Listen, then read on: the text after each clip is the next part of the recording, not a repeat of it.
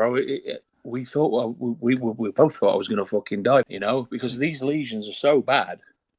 And they're just prone. As soon as you take the dressings off, they're prone to infection. But yeah, it was fucking life-threatening. And even my wife, she was in tears. When we looked at the wounds and the doctor said, "Oh, you're healing. This is good." Mm-hmm. My wife burst into tears. She said, "I honestly thought I was going to lose you because it's only a 50% survival rate." Yeah. And at one point, I thought they were going to amputate. If anything ever happens and they say they've got to amputate, I don't want to be here. Yeah. I'd rather die with my legs than fucking live without them. During the Slayer interview, you can see his bloodshot eye. Oh, yeah. Yeah. And that's a scoop. Conrad was saying, "Why, I man, I stuck the fucking nut on him, I did." Yeah. The best Napalm album. Oh, shit. Lethal, you're here. Welcome back to The False Face, as The False Face welcomes back Nick Barker for a full-length album commentary for Cradle of Filth's 1996 classic, Vampire. My favourite album of all time, as well as an update on his health, what he thinks about Rush's comeback, and some classic road stories concerning Motorhead, Venom, Slayer, and more.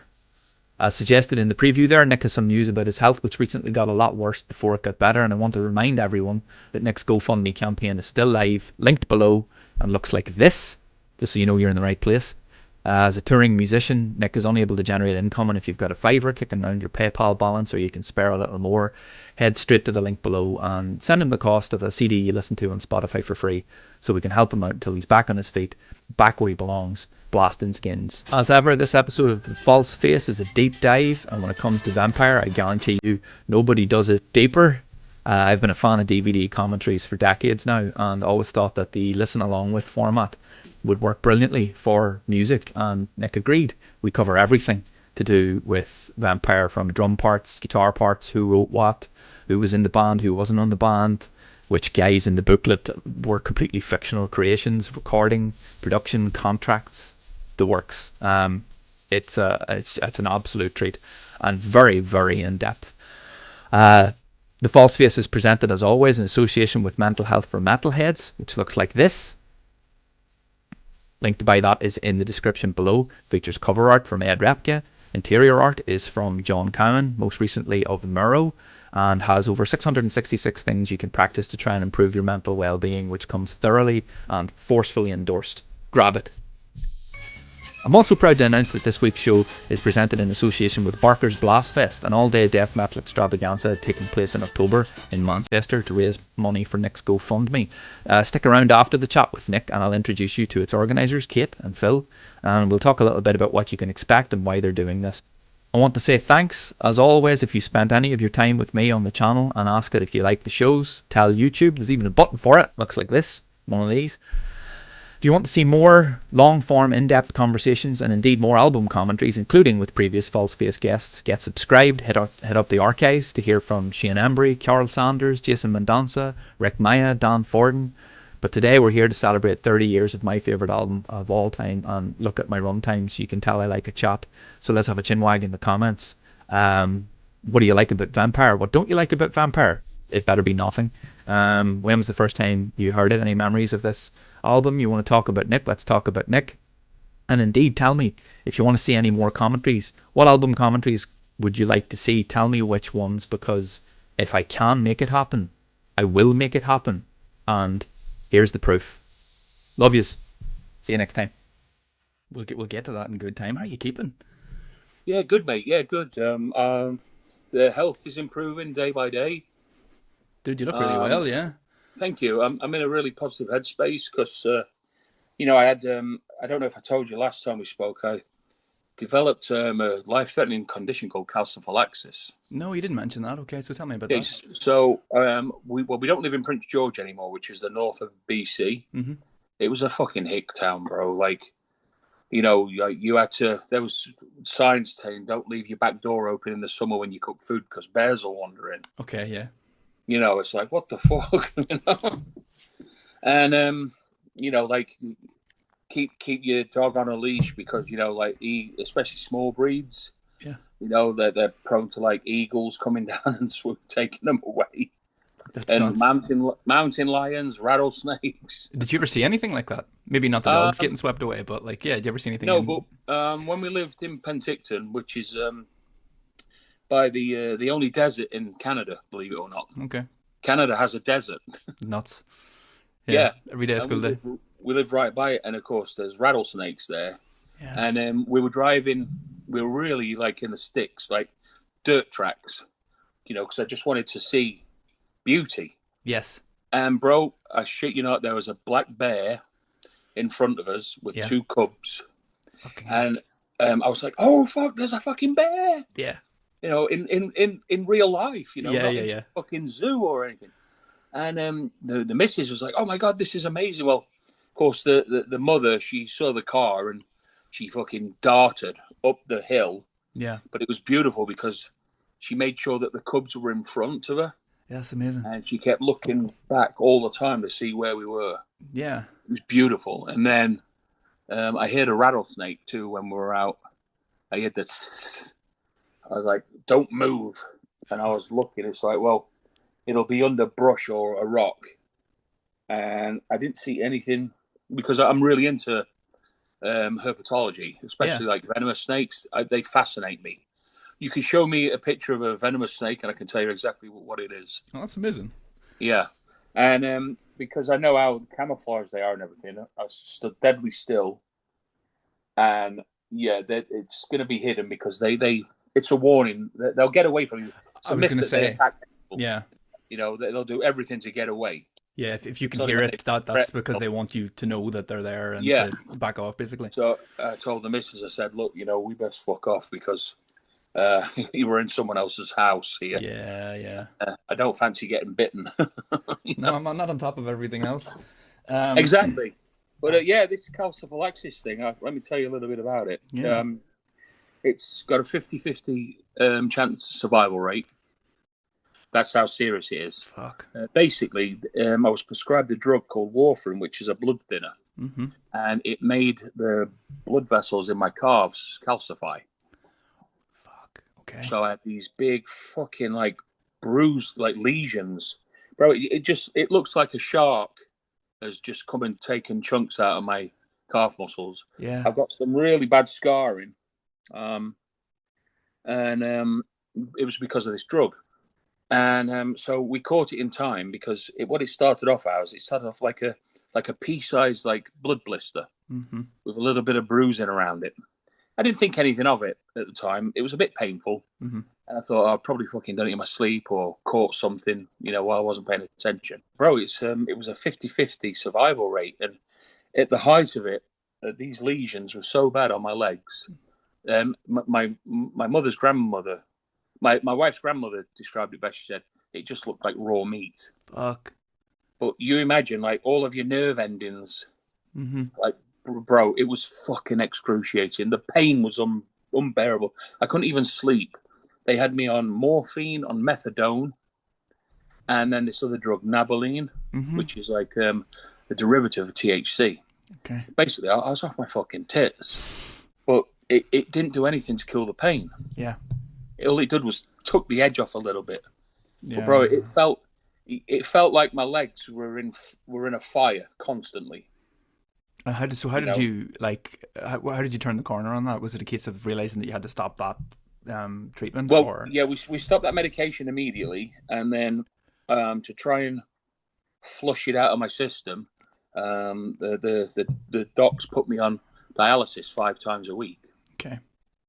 And I was given all these intravenous drugs while I was dialyzing. Yeah. To help, try and push it out. And I developed all my wounds got infected. Fucking hell. I almost got sepsis. When was this, Nick? Last month. Yeah. Fuck no, that's But fine. yeah, it was fucking life-threatening. And even my wife, she was in tears. She, when we looked at the wounds and the doctor said, "Oh, you're healing. This is good." Mm-hmm. My wife burst into tears. She said, "I honestly thought I was going to lose you because yeah. It's only a 50% survival rate because the wounds are that intense and deep, and they're prone to infection." Yeah. And so they got infected. I got fucking cellulitis. And bro, my lower legs from the knee down, they were so fucking you couldn't even touch them. Yeah. Even trying to put socks on, it was like Yeah. It was just crazy, the imagine. pain. And because that's what a lot of people die from, is the infection. They get sepsis. Yeah, I get you. Yeah. And once sepsis, it's kind of like meningitis. Once it kicks in, if you don't catch it early enough, you're done. Anyway, that's brutal. I'm here, and I'm on the menu. I feel really, really bad now for fucking torturing you for the last couple of months when I had no idea what you were going through, No, I'm just really sorry. No, don't. The reason why there was the radio silence, because, bro, I was fucking dealing with all this bullshit. Yeah. And it was a 24/7 ordeal, I couldn't even sleep, Paul. Yeah. I really couldn't, mate. It was like, the pain was that bad. And then we're in bed, and if I did get to sleep, if my wife just happened to like brush my leg, in the sleep, how you do, I'd wake up going, "What's wrong? What's wrong? My fucking legs!" Yeah.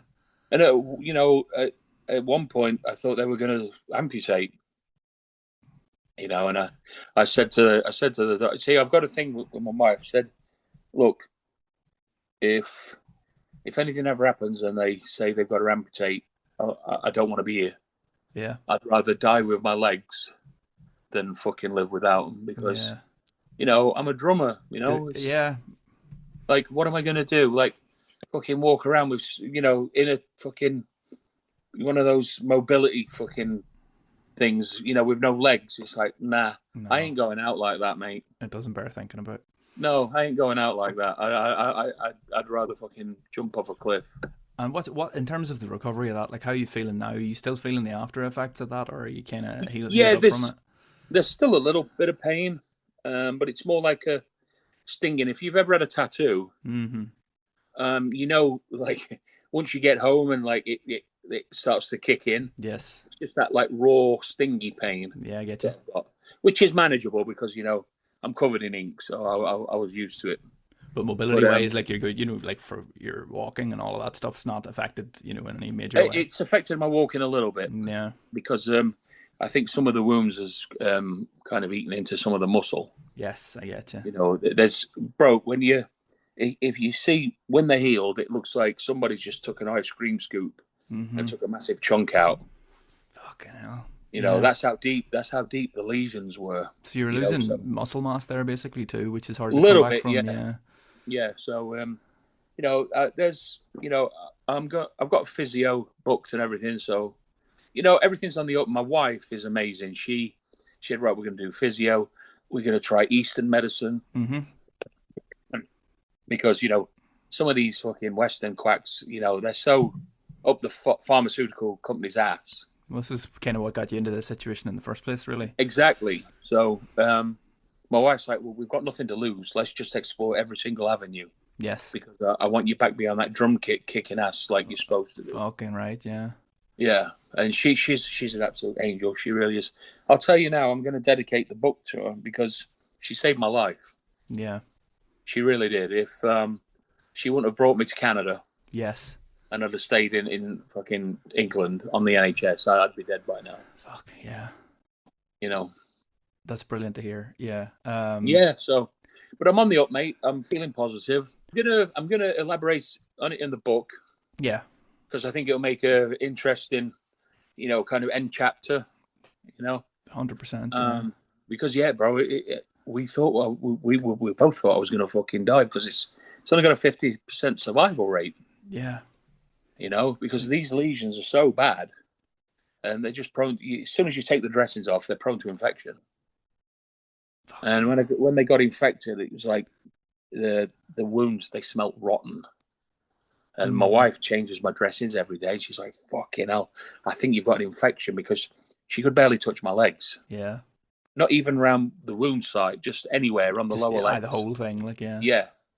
It was like they were in a fire constantly. Like the burning it was so intense, mate. A couple of times I puked.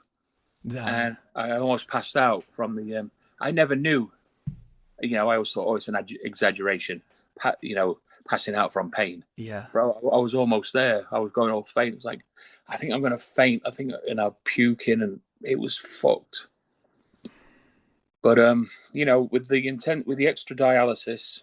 Yes. 5 times a week, and all of the IV shit they were pumping into me, it's healing, Nice one. Still a long way to go. I think it's going to be another couple of months before they're entirely healed. But I'm still not out of the water yet because they're still prone to infection. Yeah, I get you. So you got to keep a good eye on it then. Yeah, and we've read stories and seen actual articles of, like, with photos of, like, this guy had calciphylaxis and they're more healed than me, and he got sepsis and died. So I'm not out of the water yet, but we're on the right track, and I'm feeling positive. Nice one, dude. Yeah, it's good to hear.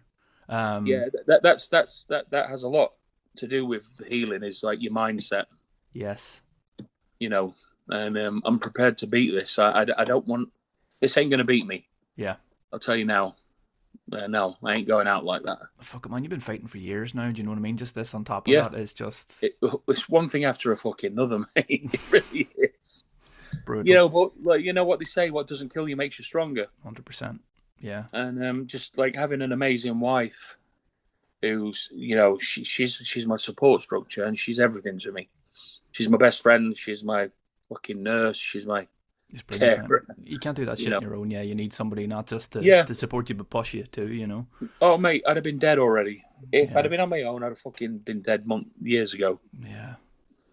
But I'm grateful. It really it makes you realize how lucky you are. Yeah. And especially because I've got some mobility issues now. Yes. It really makes you realize just how much you take, like, something simple like walking for granted until you can't do it anymore. I mean, I can, but it's just a little bit shaky. I have to hang on to stuff, and if I stand on my own, my balance is a bit fucked. Yes. Just because of the muscle damage and everything. So the physio and the road to recovery is going to be a long one, but I'll be back on that drum kit if it kills me, mate. Fuck, man, I can't wait for it. I'm not the only one to, like, but I mean, I might have to totally rework my techniques, especially with the feet, because my feet, it was all in the ankles and the heel up. Yes. Or if I can do that, that heel toe, thing, or even the swivel, heel toe. That was Sandoval's big thing. I think that was his. No, he was heel toe. Was he? He was heel up as well. The swivel. He's heels up, swivel. Yes. Long stretch is the back and forth. Yes, yeah. Because it looks like he's playing him in half time. Yeah. With the technique, it's like, what the fuck? But it's an optical illusion. Fucking hell.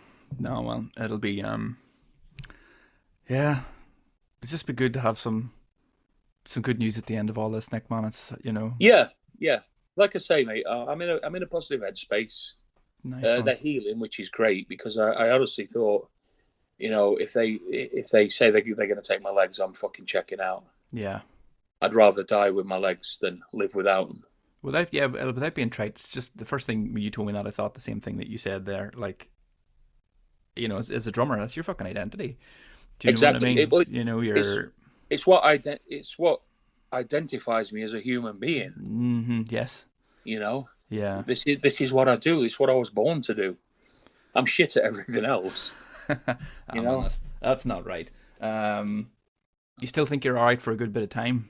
Oh yeah. Any deadlines or anything, or no. The missus was working. She just phoned in to wish me good luck. Nice one. With the podcast and everything, and I bigged you up. I said, he's a really good guy, and he's got my corner, and we're gonna do another one once the book's out. Yeah, 100%. Well, do you want to know, Nick? If this goes well, I was thinking if you were up for it, we could do this for all the records that you did with Mate, Cradle. We could do a because Dusk's 30 this October, I think, as well. So yes, that's right. They were both released in the same year. 96. Yeah. So yeah, I mean, if you're up for it, I'm up for it, man. I think this is a really cool idea, mate. And yeah, anytime. Nice one. Well, and I watched your podcast with Shane too. Yeah, what'd you think? Funny. Yeah, it was good. I wasn't trying to dig any shit up between you two, apart from that question about No, the no, upon no. death thing, I, which he mentions in his book that he thought that you took the hump with him because because no, he no, didn't ask you to replace Mickey Harris, and I was like, what kind of no. fucking universe would that have been? Like, Yeah, I know. It's crazy, isn't it? How yeah, that one decision could have totally changed my life. well, fuck it, yeah, And well, you know, it got my life would have gone in a different path, a yeah. different direction. You That know. was one of the things I was going to ask you the last time too, but we ran out of. It was amazing that even after 3 hours or whatever it was, I still had questions I wanted to ask you. We ran out of time, but I was going to say in an imaginary world where Danny wants to hang up his boots and retire, and set up a surf shop in the south of Spain or somewhere, like an ex hitman, and the stool was open in Napalm Death. Would you want that gig still? Oh yeah, without a doubt. I mean, you know, I used to tech for them. Mm-hmm. You know, back in the early Dimmu days. Yeah.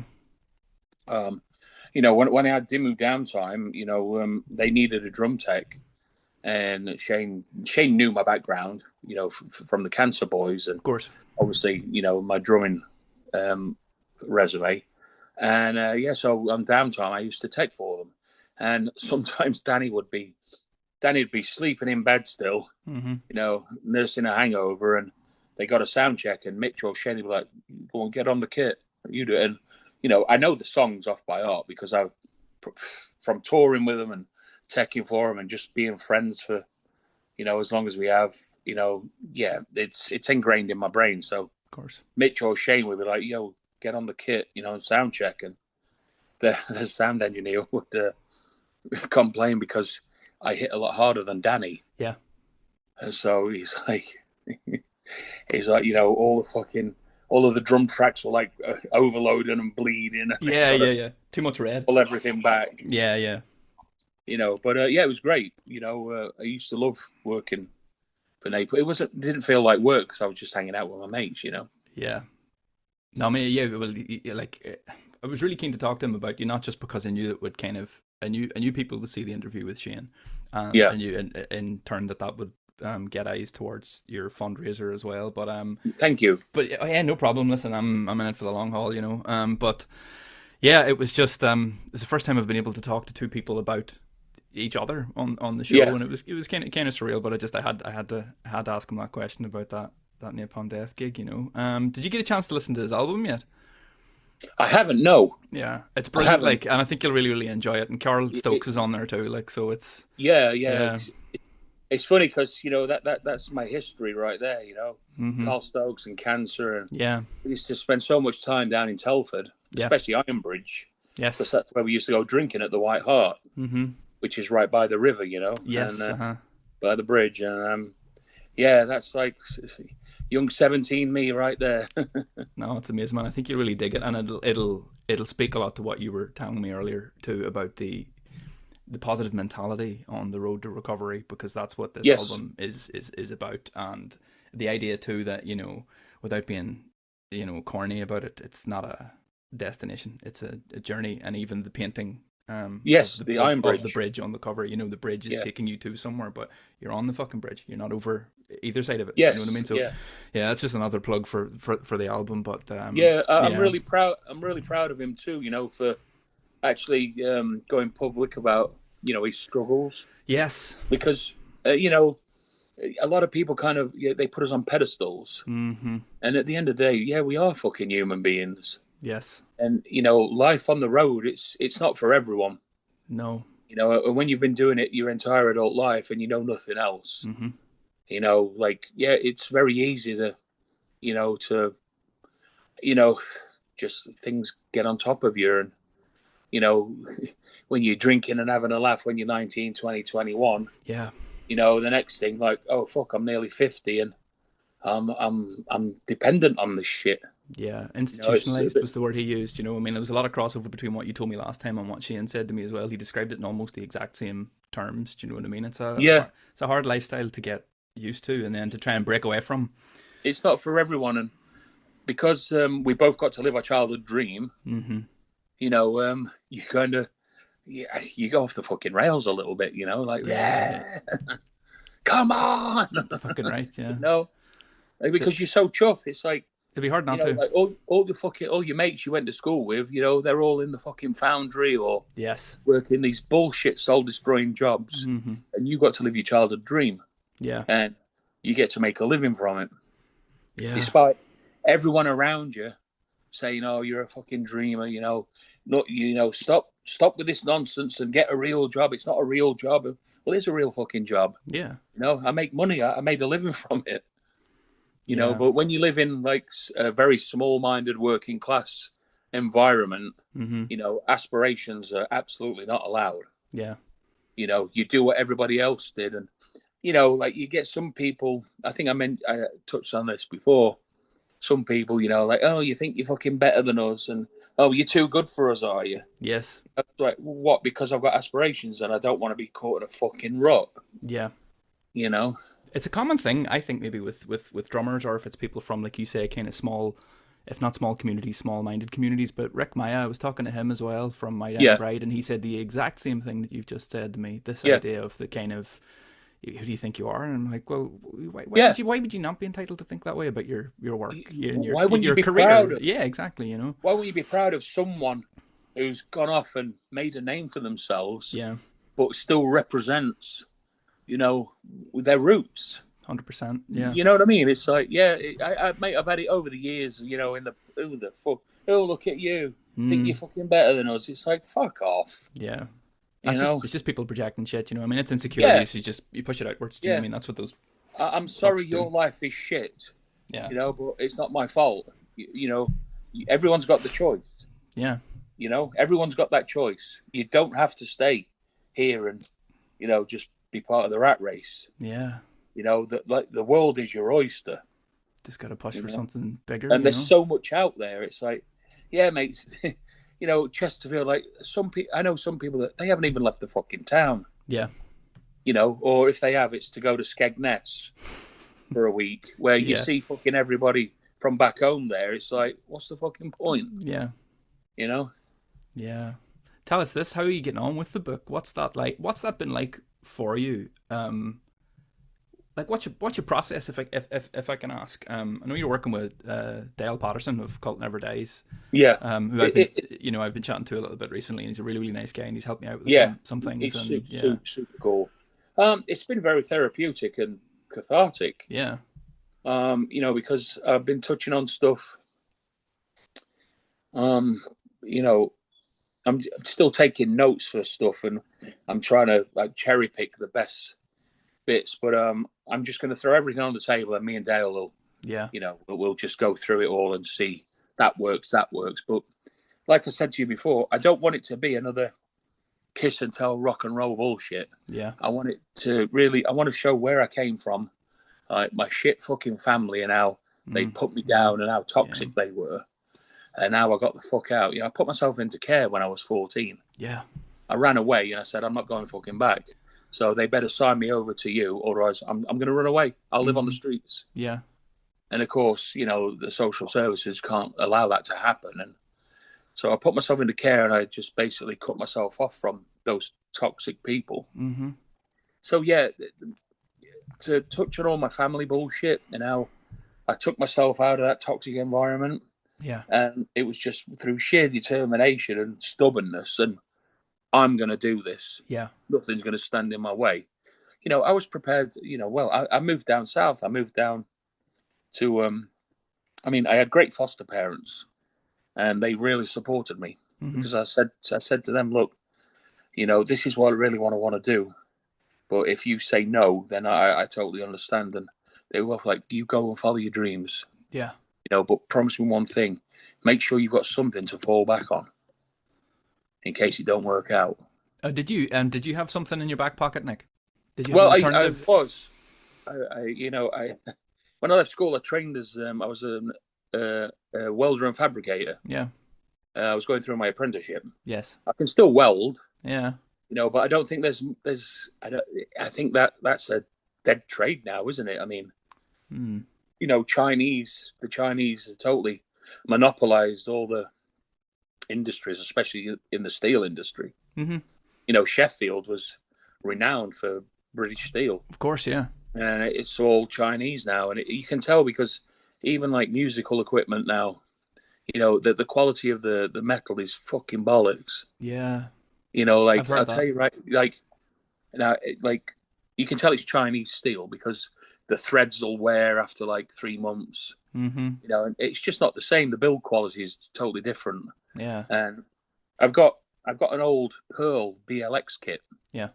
from like '91 in blue. It's fucking gorgeous. Mm. Now, if you pick up the 10-inch tom from '92 compared to like a 2000 same tom, that the Mm-hmm. difference in weight Yeah, is unbelievable, and you can tell by looking at the metalwork yeah. that that it's just way better. And my guitarist mates say the same thing. They say, like on the trem systems and everything, Yeah, it's like yeah. fucking shit. It's never You occurred to know? me, yeah, but like I mean, I have a rehearsal space, and there's a bunch of old kits down there as well. And you're right, I mean, they're all uniformly heavier for the same, Yeah, yeah, sizes than the one I think the one I'm playing is from about 2002. It's a yeah. Pearl, no, a Yamaha stage custom, I think it is. But No, I love yeah, Yamaha. They're such good kits. yeah, it is. It's a great kit, but the problem was it had this suspension system thing where Right. the bar didn't go into the drum; it went into the thing that Yes, stuck out from the side of the drum, and then yes, and they're they abandoned really that. short as well, aren't they? They're Those really fucking really tom arms. short, yeah.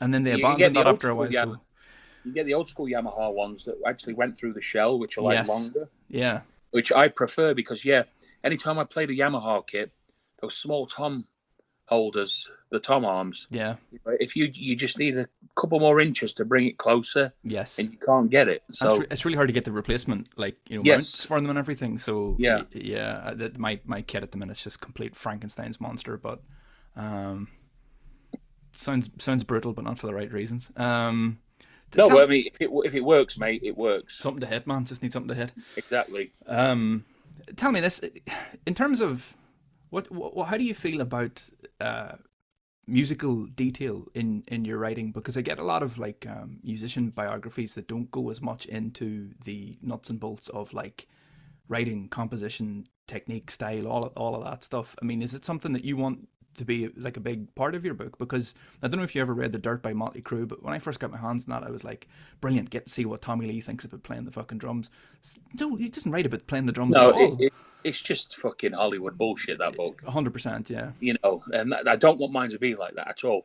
I'm going to elaborate, on playing and like because I'm self-taught, Mm-hmm. so I've always listened to the guitars. Yeah.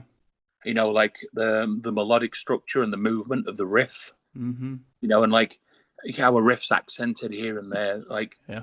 that's where I'll incorporate the splashes or like an extra kick pattern or Yes. Yeah, yeah. you know what I mean. I try and make my playing like an extension of what they're doing, Mm-hmm. not to say not the showboat wankery. Yeah. Like some bands now, especially those tech death metal guys. Mm-hmm. It's like they're not playing for the song.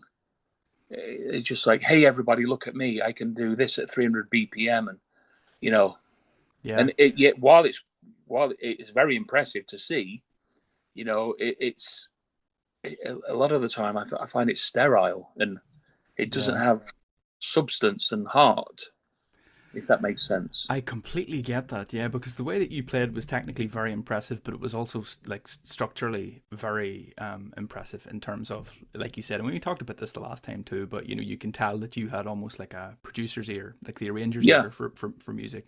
That's very very important. But like, I would really love to read about that in the book. Yeah. And I mean, Well, yeah, also, I can't write riffs, but I'm great at arranging. yes, You can give me a pile of riffs, mm-hmm. and to me, I see maybe it's like some fucking ADD or whatever. I don't Yeah, know. yeah, But in my mind, I see them as jigsaw pieces. yeah, I really do. It's like it's 100%, crazy yeah, because you can give me a tape full of riffs, and I'll make notes of each one I like, and then in my mind they look like jigsaw pieces, and it's like, well, we'll start with that, and then that will go with that if I play this. yeah, yeah. The transition, from one to the other. I get it completely, yeah. That's how I see it, and I've always been interested in the production and everything, and Yeah. um, you know, when we'd write new songs, whatever band, Dimmu, Cradle, Lock, or whatever, we'd have the boombox, Mm-hmm. the ghetto blaster in the middle of the room with a tape. Yeah. And I would go home and I would fucking listen to it for hours, all night. Yeah. Like just getting the structure in my head, and that bit doesn't work, or maybe if I played that different, and then the next day when we go, I've got all these ideas in my head how to make the song more fluid, structured, and either the rest of the guys will be like, "Fucking hell, yeah, that really works," or you can tell by the body language while you're jamming something out. People are, ugh. Yeah. And I'm not precious about it. If it doesn't work, if people say, "Well, fuck it, let's move on then." Yeah.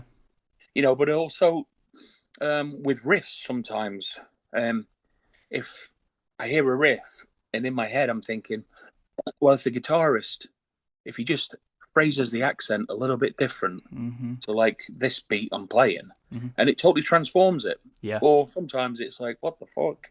Yeah. Most of the time, I'm on a winner. Yeah. And that's just how I approach music.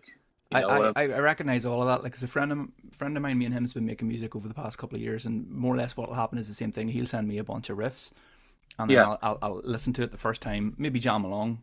But what I'll do the exact same thing. I'll take it out then, and I'll start rearranging them. And I'll say, okay, play this half as many times, but then play this 2 times as many times, but put it at the end.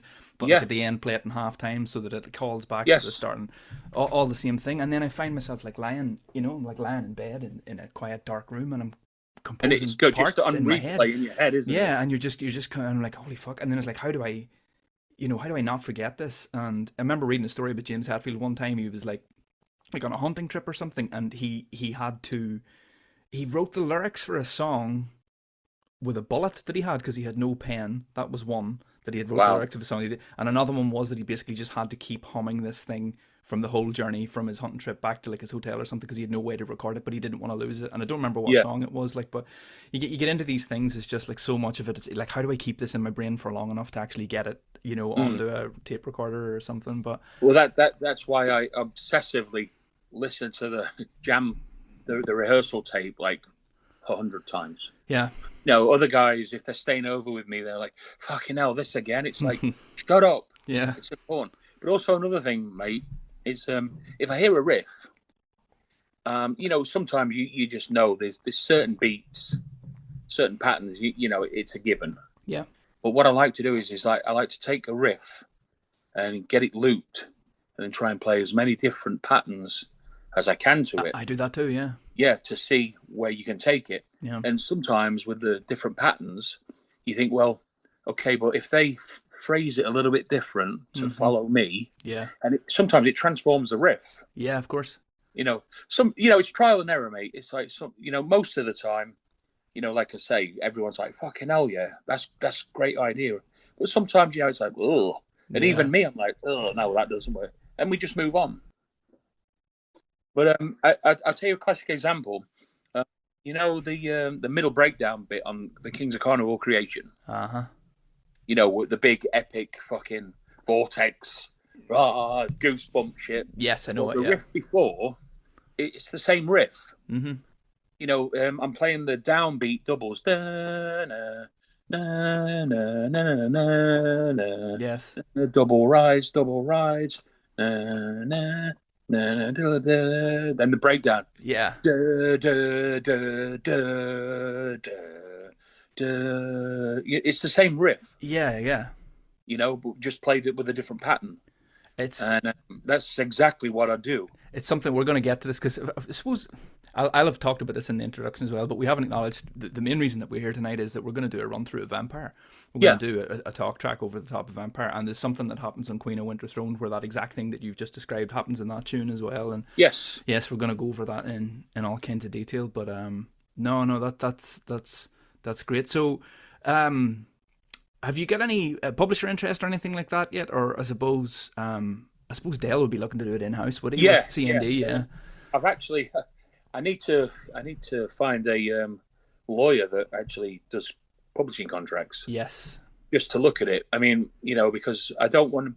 I'm pretty sure it's pretty tight and legit, but because of my history with record companies, yeah, I just want to make sure that everything's legit and above board, and there's no fucking hidden surprises. Yeah, of course. Because it's those hidden surprises that trigger me, and I end up going down to the office with a fucking pickaxe. Yeah. You know, that's what you want to avoid. Yeah, I mean, I'm 53. I haven't got time for that shit anymore. You know, I just want. You know, I'm not greedy. Just as long as my slice is cool and everyone's taken care of. Yeah. You know, but I need to find a publishing lawyer that knows publishing contracts, just to tell me everything's kosher. There's no hidden surprises. You know, like, you know, the author pays 100% of all the packaging, and you know, no, fuck that. Yeah. I mean, but it's pretty straightforward. I mean. You know, the publishing, they get 50% because they're doing all the work, and then me and Dale, we split it 20-30. Nice one. Have you in your kind of, you know, reminiscing and stuff, have you had cause to reconnect with anybody? Are you reaching out to talk to people about, you know, memories or situations or anything like that? Yes, I've been reaching out to a lot of old school mates because of my family background. I've got no photos of me as a child. I've only got 2 photos, and there's none of me as a baby. Yeah. Like 4 and 5. These are the only 2 pictures I've got. I've got a few pictures of me when I was a teenager, but I've been reaching out to old school mates to say, you know, you got any photos? I reached out to a couple of old school friends, an ex-girlfriend actually. Okay. Because she's got the class of '89 school photo. Oh yeah. And while it's probably not cool for me to. I'll probably blur everybody else's faces out, but, you know, or I'll just zoom in on mine. But, you know, I've got the long hair, the mullet, you know, you know, and it's, and it's stuff like that. I don't have much of that stuff because, like I say, my family background and the estrangement. Yeah, of course. So reaching out to people from my childhood. Yeah. You know, it's great to find, you know, I've got an old picture, you know, and so we're going through it all, and my wife is helping me. Yes. She's going to be the proofreader. And, you know, I always consult her. What do you think about this photo? It's just like, let's just put a pin in that because we might find something better. But definitely there's going to be the picture of me visiting Hanneman's resting place. Of course. You know, and stuff like that, stuff that's important to me.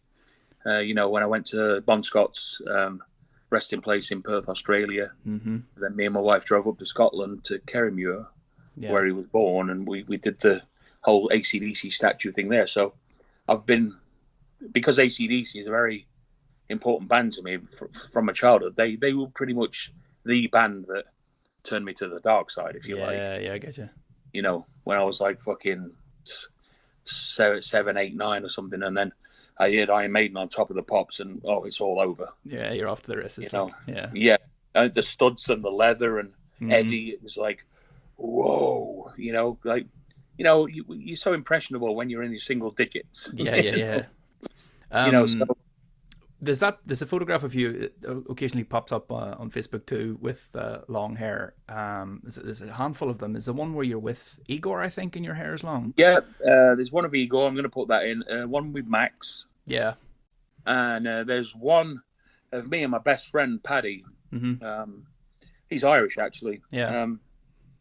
And we're in my bedroom, and you can see just the top of my first drum kit. And we sat there looking all teenager and bullshit, and you see all the old posters on the walls, you know, from like the old Kerangs and Metal Hammers from the 80s. It's like, whoa, because my bedroom was like a shrine. Yes, mine was the same. The roof and everything. Not a single. No wallpaper.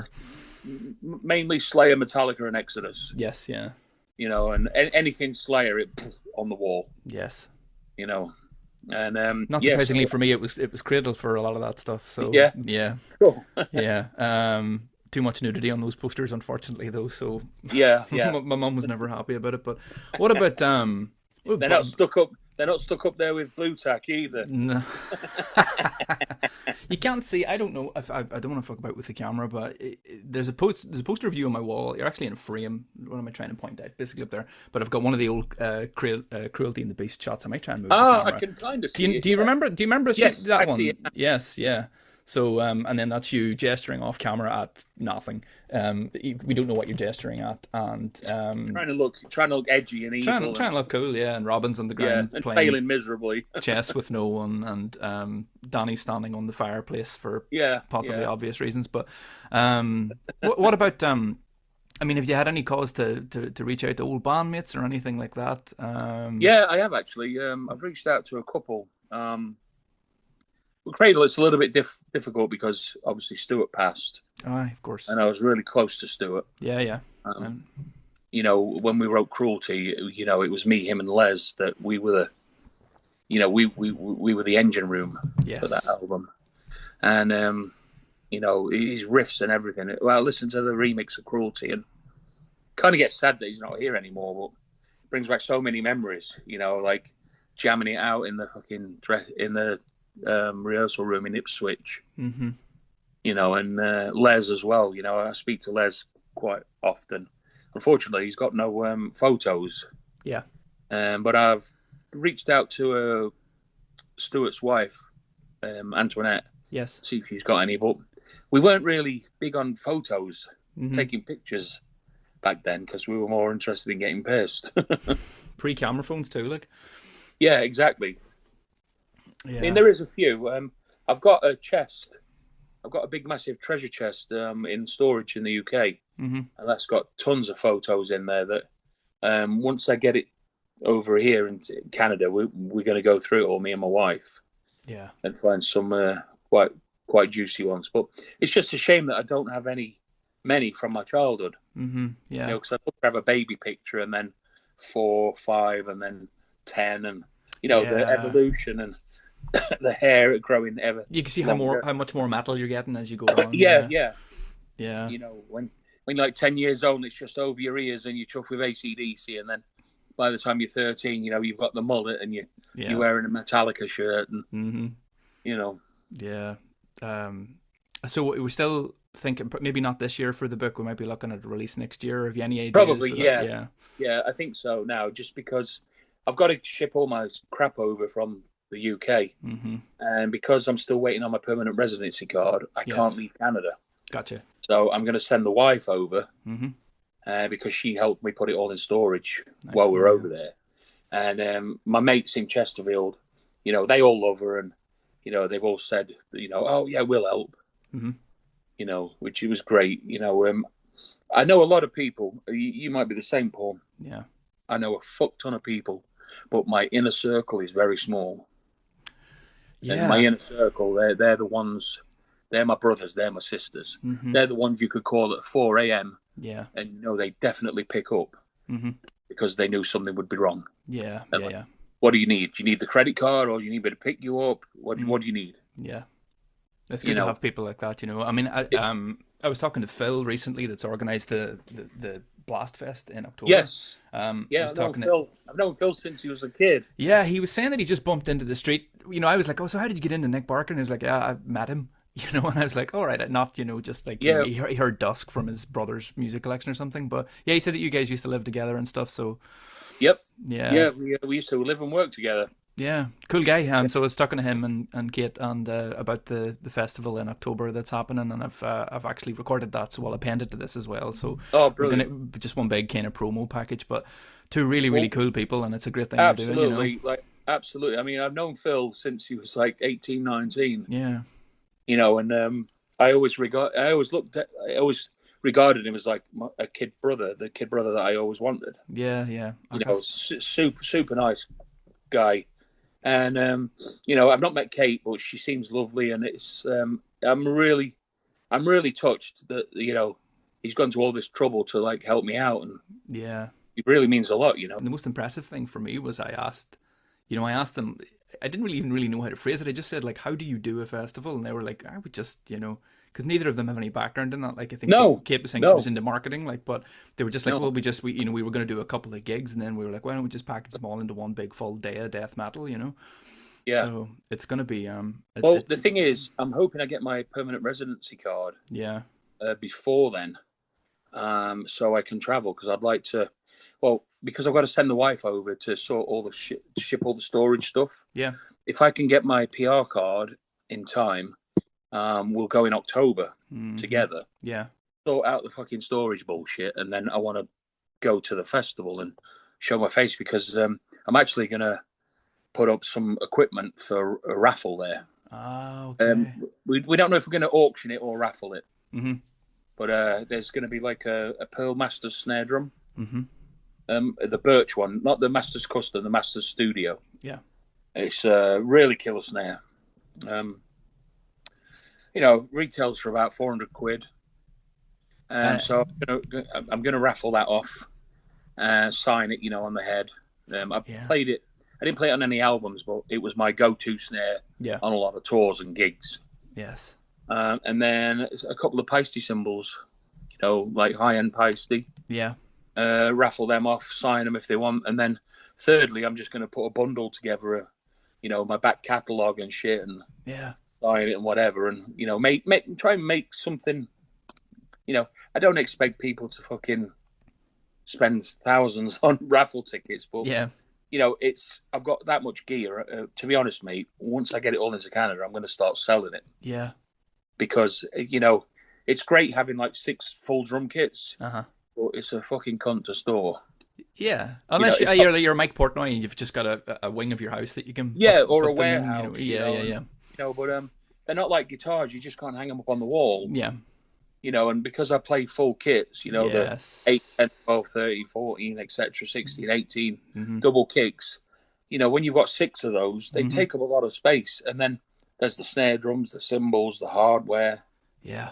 I've probably got like 4 or 5 Pearl racks. Yeah. And I've got 1 Gibraltar rack.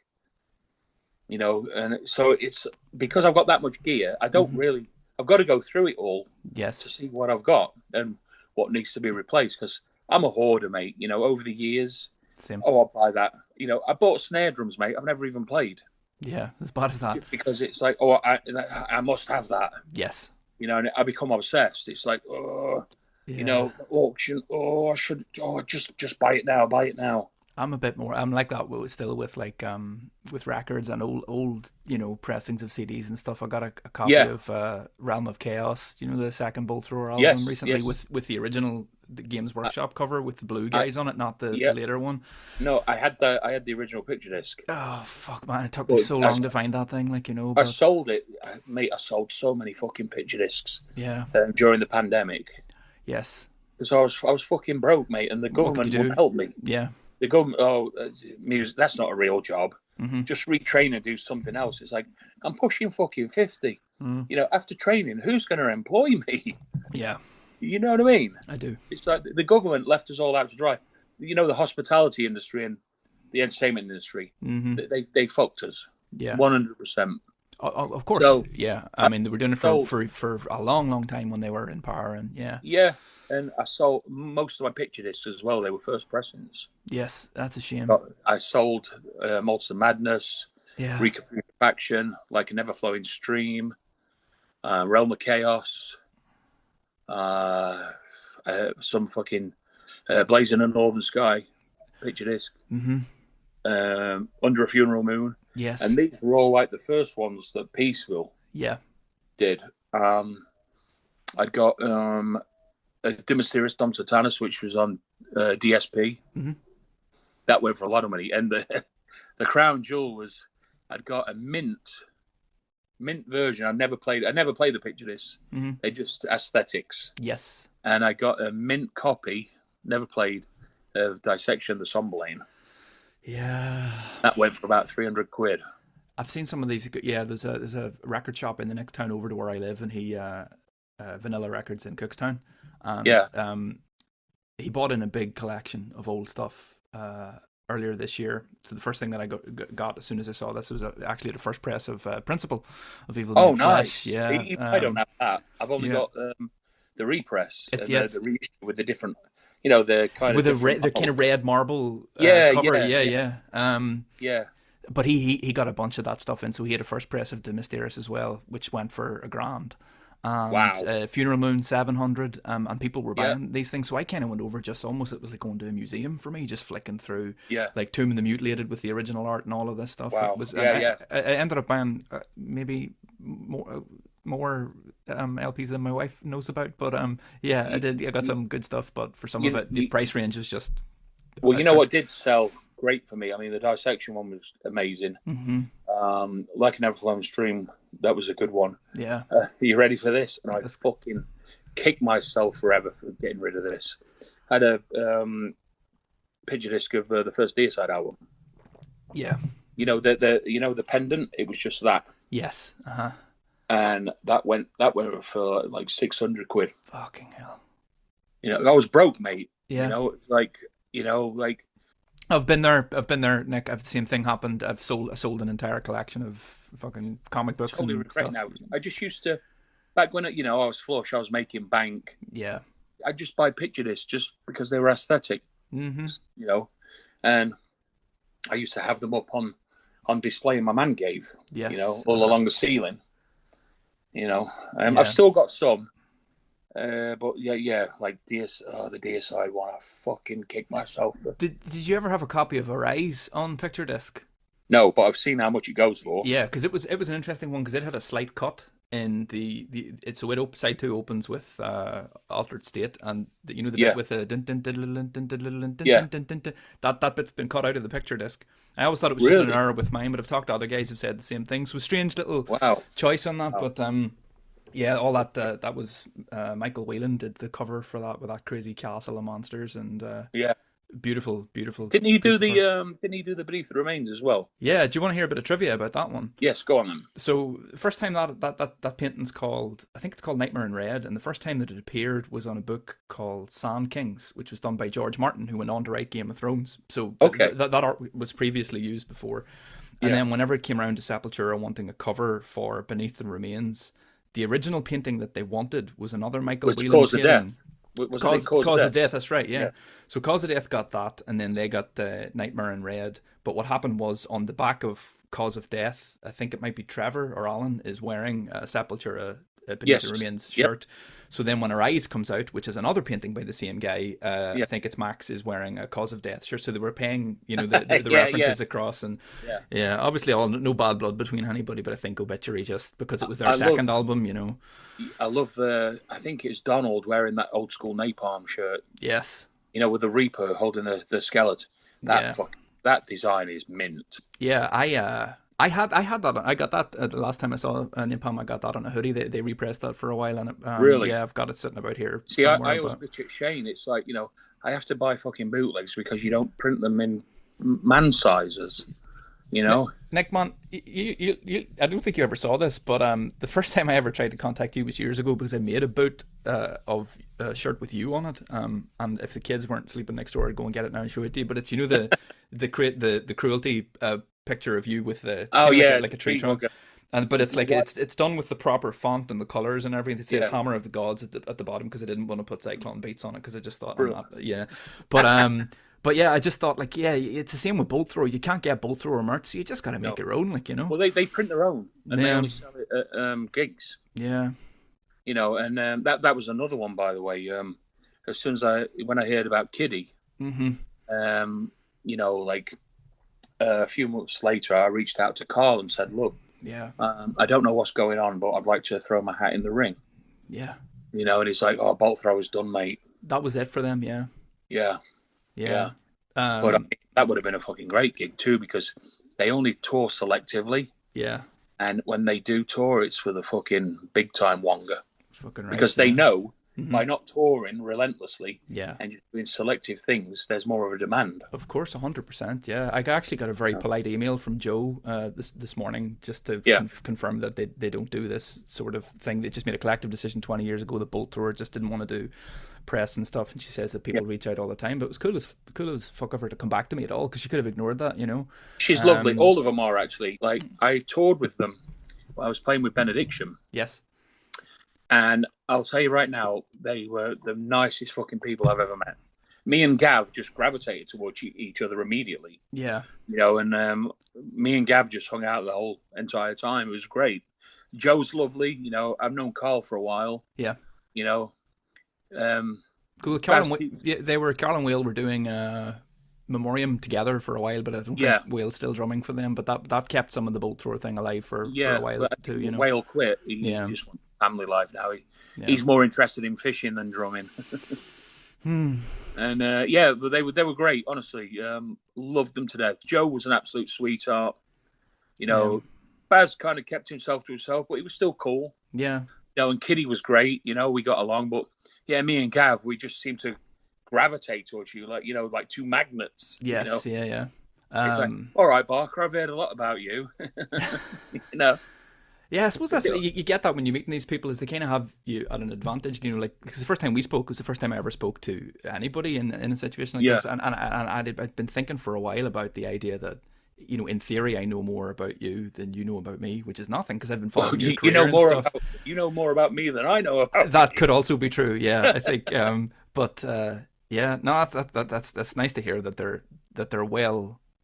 That they're good dudes, do you know what I mean? They really are. Kitty especially, there was so much love after he died, you know what I mean? And he was a monster player, do you know what I mean? Yeah, he was. Was a brilliant drummer. He was, but like I say, like a few months after, because nobody knew what was going on. Yeah. I reached out to Carl and I said, look, I'd like to put my hat in the ring if it's possible. If you're looking for anyone, we're done. It's over. Yeah. And I think that's why, that was kind of like what spawned the birth of Memoriam. Mm-hmm. Yes, they could. Yes, they could transfer the energy into something else, but not. Yeah, keep that going. I wanted to ask you this as well before I forgot, just in relation to the book. This is something that I've been thinking about. You're self-taught, but did you ever give any consideration to? Have you ever approached about doing like a DVD or anything like that? Instructional thing. Here's the thing, and I'm going to touch on this in the book. So many people have like hit me up over the years, like, Barks, why don't you do a fucking DVD, man? Like showcasing all of your bit and show us your secrets. It's like, well, a magician doesn't, share his secrets, so why should I? But the thing is, Paul, mate, I've thought about this for a while, but the reason why I've never done it, because I feel like a fucking idiot, because I don't know any of the technical terminology. Yeah. When you watch some of these instructional videos, like, oh, it's a syncopated 16th on the, like fucking downbeat, blah, blah, blah. Like, it might as well be Chinese. So you're like, huh? Yeah. Is that the Slayer beat or the Blast beat? You know what I mean? 100%, yeah. I don't know any of the technical terminology, so I can't really explain to people, how I do it. It's just, I just feel the music. Yeah, it happened to me when I was talking to Rick Maya, where I was asking him questions with, and I'm not really fluent in that terminology as well, but like, you certain things about, like triplets and, various bits and pieces, but I was asking him questions and he was like, I don't know, man, I just fucking played it like that. And at one stage he said to me, do you want to tell me any more about drums? And I was like, no, man, I don't. But I was explaining things to him that he had done, and I was asking him, was this difficult? But you see this guy on the t-shirt here, Abbath. I don't know if you ever saw the famous video of Abbath showing off his guitar stuff, and he can't explain. The famous line is he says, "Let me show you some of my shits," but he can't play it slow. He just knows how to play it fast. All the fumbles and the dead notes.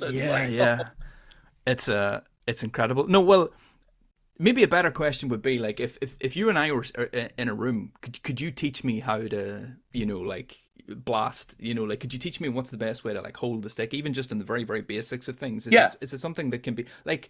And this is a really simplistic question too, but how did you learn to do that? Because in all my years of playing these things behind me, the one thing I've never quite figured out is consistent like blasting with the with the snare. Thing. One of the key things is relax. Mm-hmm.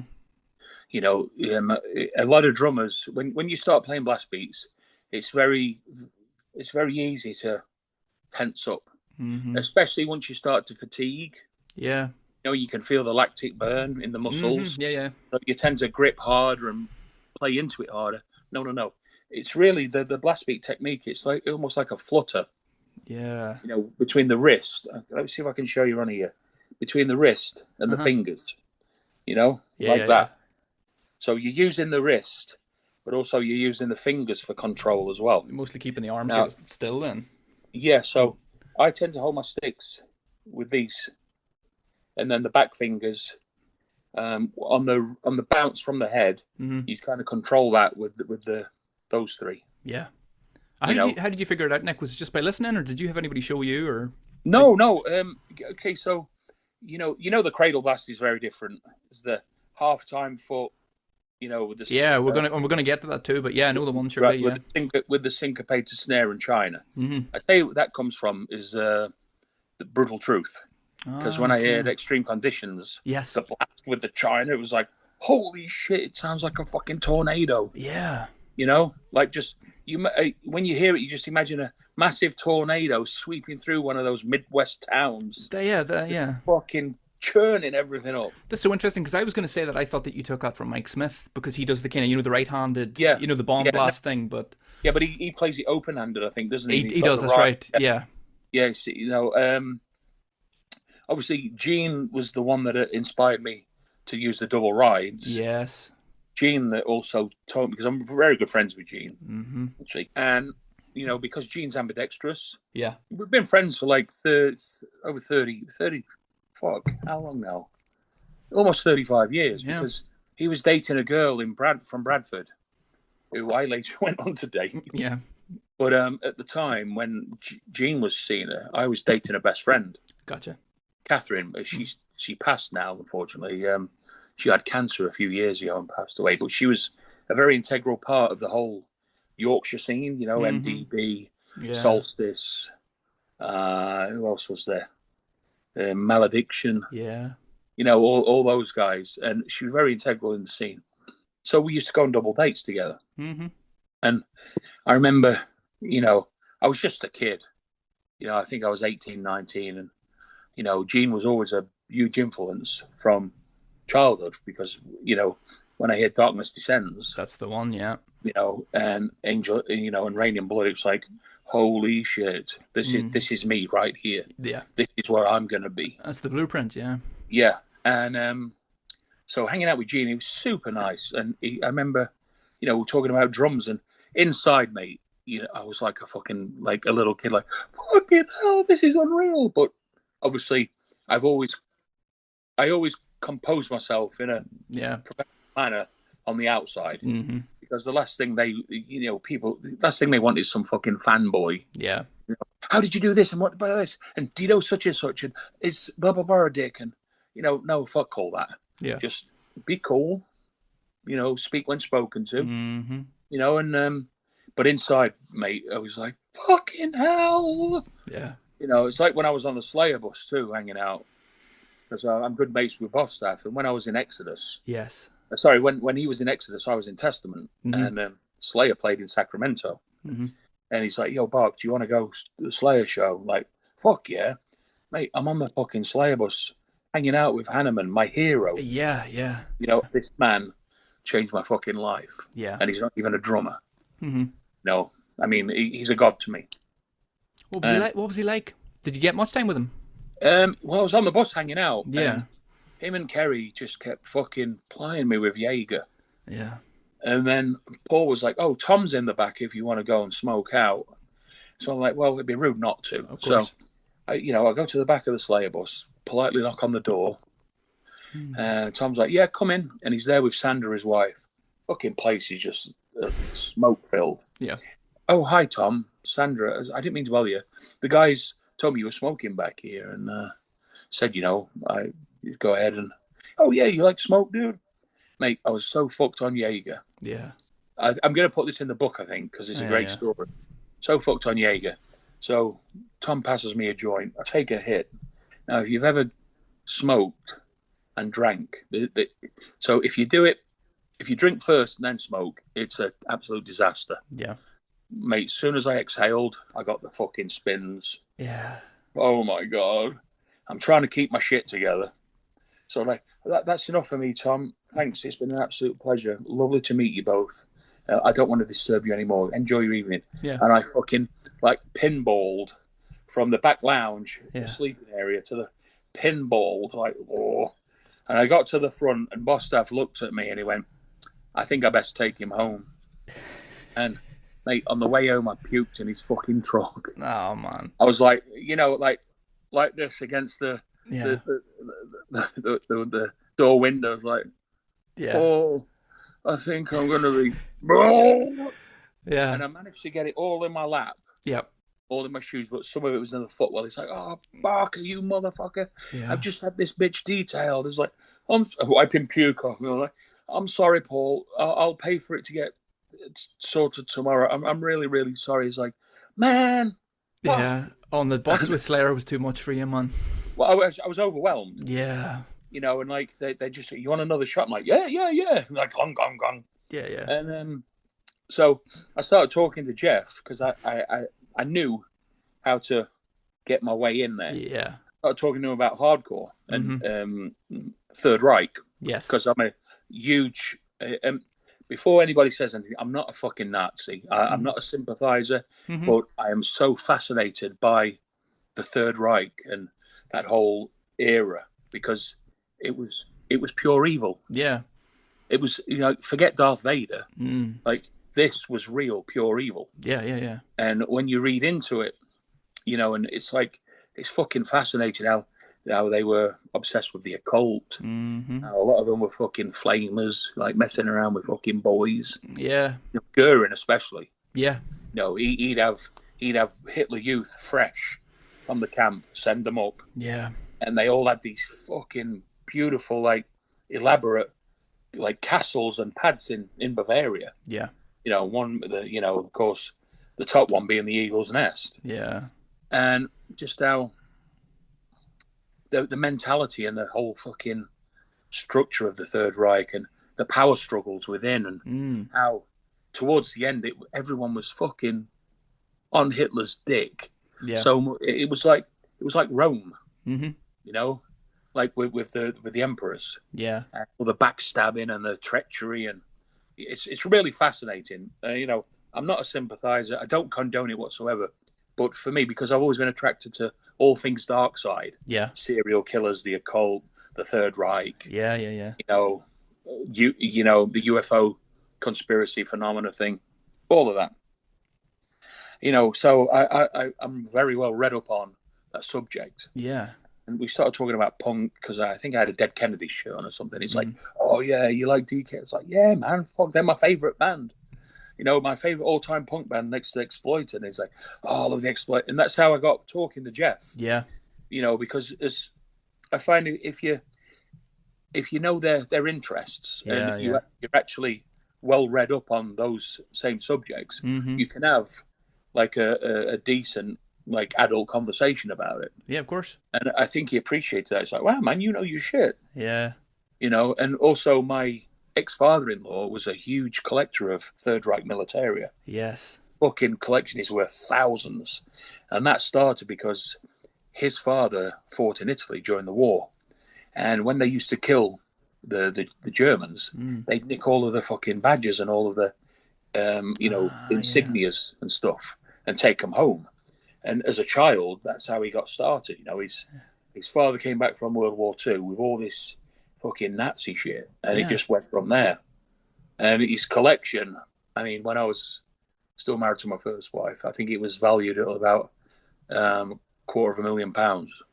Fucking hell. I mean, his dagger and sword collection alone, mate, he got like everything from the Hitler Youth daggers to like ceremonial swords that the fucking top brass wore at like events. Yeah.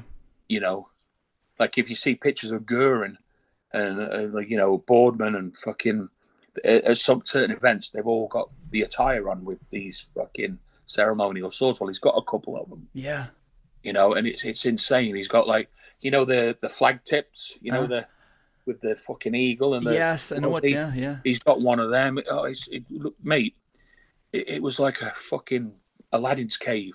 Yeah. Because, you know, I was married to his only daughter, and he's like, you know, well, when I go, this will all be yours, and like there was fucking tons of it, and he got it valued, insured for £250,000. That's nuts.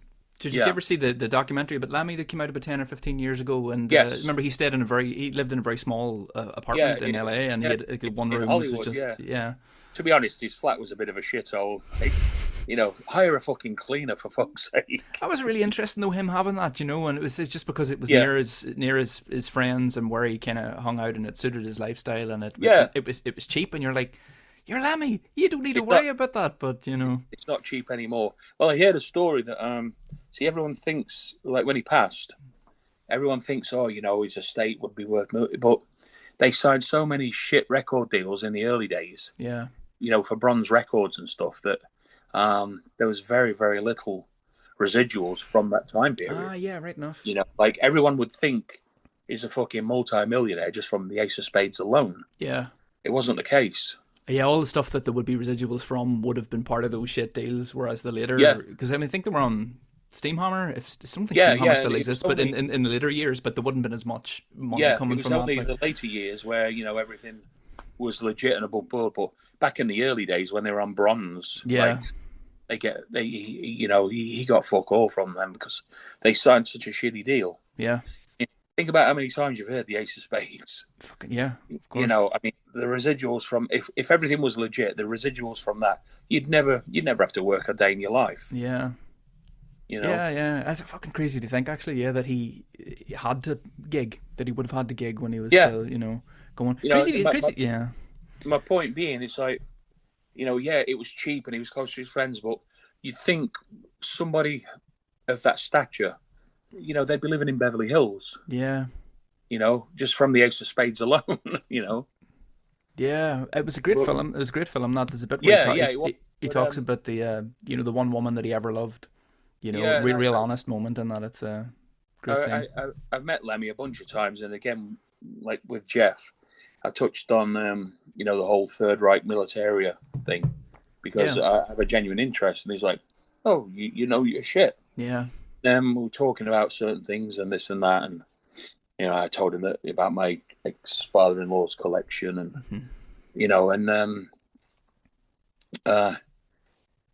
he was great. He's absolutely lovely, and because I tell you, the first time I met him was in the States, and we were backstage at some event. I can't remember what it was, and he heard the English accent. Yeah. So he kind of gravitated over. He's like, "All right then, mate. So, where are you from then?" I said, "Oh, I'm from Chesterfield." Now, Phil Taylor, Filthy Phil. Yeah. Chesterfield, the village where I grew up. Fucking hell, you used to see him all the time. Yeah. We'd take the bus into town, and you'd fucking see him just walking around because his sister and his mum still lived there. Yeah. And you knew it was him because he was draped from head to toe in leather with the tassels. Yep. And the fucking cowboy boots with the stirrups. Yeah. And like the cowboy, and he just looked like some Mexican bandit, didn't he? Yeah. And we'd be out on the top floor of the bus, because that's where everyone smoked. I was never a smoker, but my mates all be puffing. So you see, it's fucking Phil from Motorhead. Phil, fucking Motorhead, and they give you the thumbs up. Yeah. But one time he came into the metal bar in Chesterfield where we all used to drink, and everyone's like fucking patted. Oh, Phil.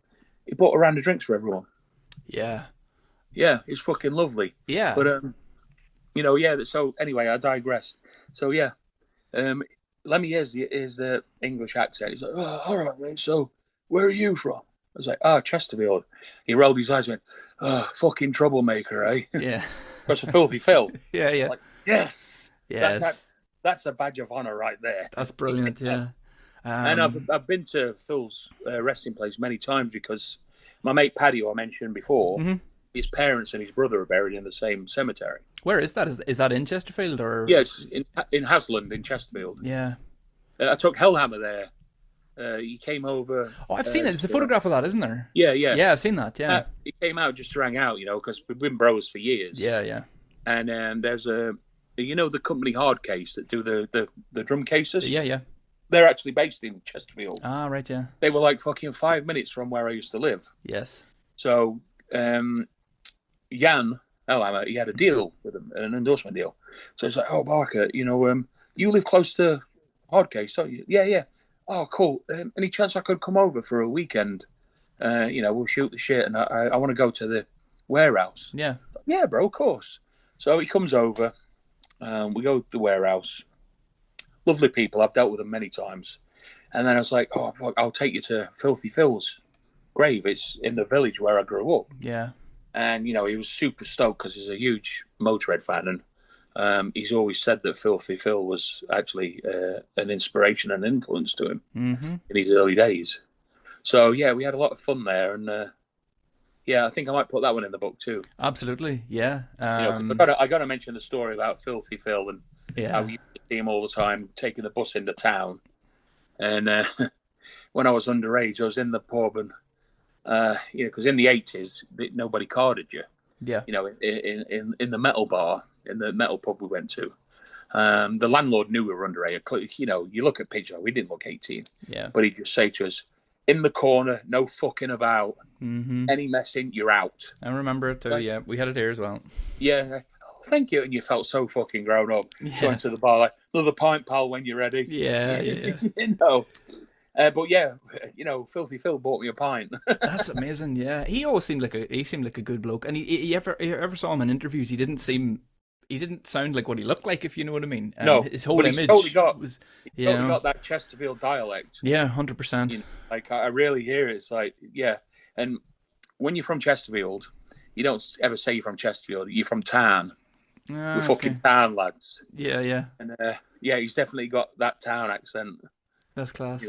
And one time we were at a gig in fuck knows where, it might have been Sheffield, and we missed the last fucking train home, so we were sleeping on the platform, and the transport police come to move us on. Like, where are you lot from anyway? Town. And they fucking knew. Yeah. Did you ever see Motorhead when he was playing drums for them? I didn't know. Yeah. I didn't. Unfortunately, I got to see him with Mickey when Mickey first joined, and I'll tell you right now, it's the fucking loudest concert I've ever been to. That's what I was going to say. Yeah, they said that was always the case. Like, I remember. Yeah, I had tinnitus for like 3 days. Yeah. And like, people like, you can't hear fuck all. What actually makes what made the Motorhead shows the loudest shows in terms of, was it the equipment, or and if why did other bands not just think, right, well, you're doing that at 10, we'll do it at 11, we'll one up Motorhead? How did that? I think it was just like the Motorhead kind of like mentality, Yeah. Like, I mean, listen to Lemmy's bass tone, and then listen to Shane's bass tone. Yeah. They're not that far apart. No, and Kronos as well. They say that Lemmy didn't like a lot of low end. No. Yeah. But, he almost wanted it to sound like a guitar, Yeah, well, Venom cited Motorhead as an influence. Of course, you can hear it. Right, from the get-go. So, you listen to Kronos' bass tone and then Shane. Yeah. We had a thing in lockup, whereas if Shane were playing or we were rehearsing or playing live, and if Shane would forget a riff or he'd get lost, because sometimes it was so fucking fast and chaotic, and if it's a shit sound on stage, all they can hear is the whirlwind from the China, Yeah. And Shane, we would just have a thing like, oh, just do what Kronos would do. So we had a thing in lockup, like, what would Kronos do? Yes. I can't remember if I asked you this the last time or not, but did you meet Kronos when he did the recording for Dusk? Yes. He came down to Birmingham. We were recording at UB40 studio. That's right, yeah. Yeah, Depp. It's not there anymore now. It's I believe it's a block of flats.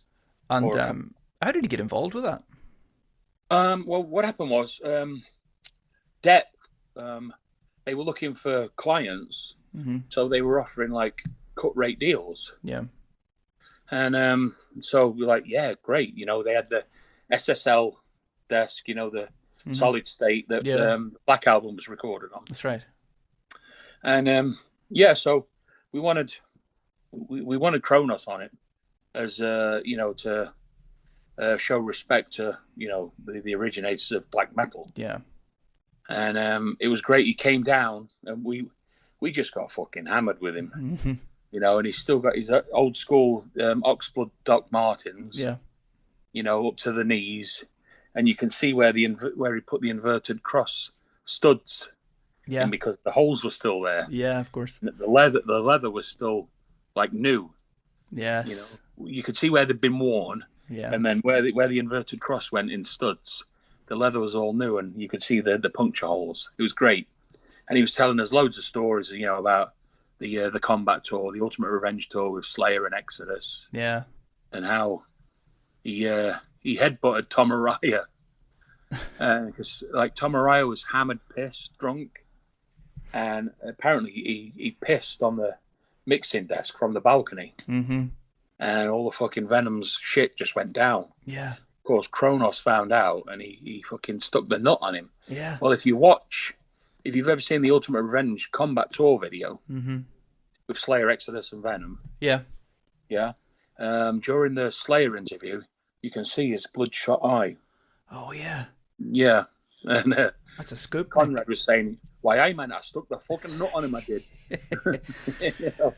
Yeah, because he's great. The piece that he does is great. But I remember seeing an interview with him years later, and he was giving off about Cradle of Filth. He might have been giving off about Danny in particular, and I don't remember what it was he said, but he said something quite uncomplimentary, and I thought, oh, what went wrong between recording, you know, for the album I think it was directed at Filth because, you know, I've met Conrad a whole bunch of times after Cradle. Mm-hmm. You know, because I'm really good friends with Danny, the drummer that he's got now, because he's a Sheffield lad. Mm-hmm. You know, and I know all of their road crew very well. You know, because they're all Yorkshire lads. Yes, yeah. You know, we've also played festivals all over the world where, you know, like it was Lock Up, then Venom. Mm-hmm. You know, so we were always in the but he was always super nice to me. Yeah. You know, because we'd be in the same hotel and you'd see him in the lobby. And he'd be like, why, hey, Nick, how's it going, mate? Mm. Like, oh, good to see you, Conrad. Nice one. You know, the same with, you know, Tony Abaddon. Mm-hmm. You know, they're all super nice. And Jeff Mantis. Yes. Super nice. And, you know, and I did the 40th anniversary for black metal for Venom Inc. Yeah. At Bloodstock. That's right. You know, and it's where I demanded, like, my rider, I want 4 kick drums. Yeah, yeah. You know, because Abaddon always used to have the massive kits, didn't he? Mm-hmm. And, you know, I was thinking, well, it's Venom. You know, I want to fucking, you know, look the part. And also, you know, one of my greatest fucking influences, Alex Van Halen, he always had 4. That's right, yeah. And it looks killer, you know, with the black metal, the goat. Yes. All 4 kicks, it looks fucking tidy. Absolutely. You know, I remember when they wheeled out my kit at Bloodstock, and all of my mates who were in the front, you know, like mates from home. Yeah. You know, I can't believe you're playing in fucking Venom. And they actually came up to Chesterfield, Jeff and Tony, to rehearse. And one of my good mates, you know, he came, he had something that I need anyway. So I'm down here with Venom. Can you swing by and bring blah, blah, blah. And he said he was sat outside just listening to it with goosebumps. Yeah. And then when he came in and he saw Jeff Mantis, he was like, fucking hell, I saw you back in 1984. Yeah. With the support. And he's like, oh, no. And they're all super nice. You know, but I think the Kronos comment was probably based at Filth. Yeah. Management. I wish I could remember what it was, but yeah, it was. He's always been super nice with me. Yeah. Never any issues. Nice one. Your cover was great as well. You played black metal for one of the Cruelty special editions, and that's a great sounding cover. Was that recorded as part of the main sessions? Did you do that at the same time as Hollow Be-Thy-Name? Yes. Yeah. No. Actually, I stand corrected.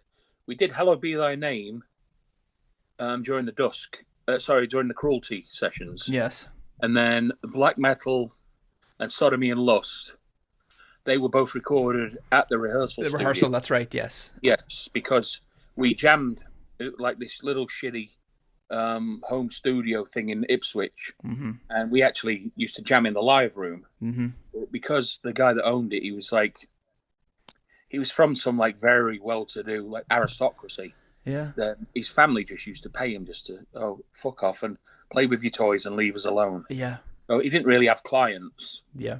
No, I think Cradle of Filth, we were basically paying for the electricity to keep the lights on. Yeah. Because that was our thing, and he used to let us stash our gear there. Extreme Noise Terror used to rehearse there too. Well, did Woz play for Extreme Noise Terror as well? He did, yeah. Yeah. Because it's the whole Ipswich thing, you know. Yeah. He played for ENT for a bit, and then I believe it was Woz that played on the Cradle to Enslave thing. It's not Dave Hersheimer who's in the video. Yeah. It was. Yeah, that's right. But for some reason he's not in the video. I don't know why. I don't think he wanted. I don't think he intended on rejoining the band, but he did a favor for Dan because they needed somebody between you and Dave, you know. But then by the time the video was released, Adrian had been appointed as their drummer. So there's I know Stuart did a couple of bits and pieces after he left Cradle of Filth, but he never did anything on the level of what, you know, like you and Les, for example, did. Yeah. You know, that's the biggest shame, not least that the three of you never got to do anything together again. And I know you had talked about that at one stage, that you had written some more stuff together, but never came to light. You know, Stuart and Les had an entire album's worth of material, which was like they kind of labelled it as Cruelty Part 2. Yeah, and the idea was before Stuart passed, we were going to get together and just the three of us in a jam room and fucking just hash it out and see where we're at. And then either pick one singer to do it or get a bunch of guest singers. Yeah. To do, you know, one song each. You know, and I said to Les and Stuart, it's like, you know, once word gets out that the key members that wrote that album are working together on Cruelty Part 2, not only is it going to be a big fuck you to Filth, because you know, it will just show how their music pales in comparison today to what it did back in the 90s when it was, well, they were the glory years for Cradle, if you ask me. Yeah, you're right, yeah. You know, and so it would have been a big fuck you, and that was part of the drive in me to, like, you know, want to stick it to the little bastard, you know, like, and let the world see that it was us three that wrote fucking Cruelty and the Beast, you know, not him, you know. And so we were talking about it, but because of my schedule, because I was still quite busy, you know, tour managing and working with other bands, and you know, I've been on tour like my entire adult life pretty much. Yeah, it was only the pandemic, and now I'm ill, that they're the two times I've ever been in one place for so long. Yes, yeah. But yeah, we had every intention of doing it. I had a couple of singers in mind, and you know, there was a few labels that were like, you know, you know, and so everything was there. We just had to find, you know, make sure that our schedules aligned, and then once we hash it out and we've got music, you know, let's just fucking knock some demos out. Yeah. And take it to the labels. We never got as far as that then, even the demo stage. No, because, you know, Les was busy. You know, I'm fucking on tour all the time. You know, Stuart was the only one that was stationary because he had a guitar shop in Devon. That's right. You know, and the idea was that I guess me and Les were going to fuck off down to Devon because it's beautiful down there. You know, make it like a bit of a working holiday, if you like. Yeah. And it just never come to fruition, and I really kicked myself that I didn't try and push it more, you know. Yeah, but you couldn't have known, you know. Yeah, but I mean, you know, when I was free, Les was on tour. Yeah. You know, when I was on tour, Les was free. It was kind of like that, you know. Yeah. So, but it's a shame. It is a shame. And there's nothing salvageable there, is there, Nick? Like, does he? You know, do you think Stuart maybe recorded anything that you could? He did, yeah. His wife Antoinette contacted me when he passed and said, you know, look, this fucking hard drive's full of music. Yeah. You know, that he would have wanted released. It's like, what do I do, Nick? And I said, well, you know, I'd have to hear it. You know, and if it's to a click track, if he's got structures, there's click tracks. I could lay down some drum tracks even. But, you know, that's as far as it went, really, because, you know, he passed, and I guess, you know, she's dealing with a lot of grief. You know, he left his wife and kids at such an early age, too. All right, folks, me again. Just a quick insert to explain how the commentary thing works. I've recorded this as a catch-all for future videos, to be honest with you, because I'm worried that YouTube isn't going to be consistently satisfied with my insistence that how we're using this music falls under fair use as transformative media. So while the following commentary track was recorded with the music playing, what you're about to see doesn't actually include the music, because there's no guarantee that the video won't get pulled, and then what's the point? All you have to do is sync it up yourself, which is extremely easy. I'm going to put the closest thing to an official link I can find for the music in the video description below, and would suggest that if you're on a computer, open up another browser window, let this play until I count you in. You'll hear 3, 2, 1, and then when I tell you to click play. Same applies if you've got it on CD or in your music library or wherever. Chances are this won't work so well on a phone, because you're not going to be able to get the two audios playing on your phone. Unfortunately, that's just the sad truth of it. But if you've got your own copy of this, it'll work perfectly. If there are ever ads on this video down the line somewhere in the future, I can guarantee they will not appear while the commentary is playing. So you will remain in sync with us from the moment I tell you to press play until the moment the album finishes. But if you're watching or listening to the album on another streaming service, I can't guarantee whether or not there'll be ads there. So you may have to do a little bit of stopping and starting, but it's not a big pile of work, and it'll be worth it. Trust me, the recording is brilliant. So that's it. No more waffle. This public service announcement is concluded. Enjoy the commentary. See you after. Let's get started with this. Yeah, sure. This vampire DVD commentary sort of thing that I've been thinking about for months. I was thinking, I told my wife about this. I told her the idea, the concept, and she said, "That's a fucking brilliant idea. He should do that with other musicians and make it a thing." That's my plan. But no one else on the internet is doing that. Yeah, if I can figure out a way to do this where we don't run afoul of copyright. So what I'm thinking is, Nick, me and you are going to listen to the album now, but chances are I'll have to strip the album out when I upload this. But if I tell people to hit play on the album at the same time that we hit play on it in a second window on their CD player, whatever way, then it'll just sync up anyway. And then this is the first one. But if this goes well, me and you will do some more Cradle stuff. We'll do Lockup demo, whatever you fancy. Yeah. Hopefully not. But I've sent I've sent an email to the current holders of the Vampire rights anyway, just to see what the crack is and keep people sweet, But we'll get started now. But 36 minutes to get through of it here. So, but what I'll say to anybody that's listening is, I'll count you in. We'll give you 3, 2, 1, and then we'll hit play at the same time. And if it ever gets to the stage there's any ads on this channel, I'll make sure there's no ads during this, so it'll stay in sync. So basically, from when we start till we finish, people will be with us. So we'll start now. This is Vampire, Cradle of Filth in 3, 2, 1. We're good for sound, Nick? Yeah. Perfect. Brilliant.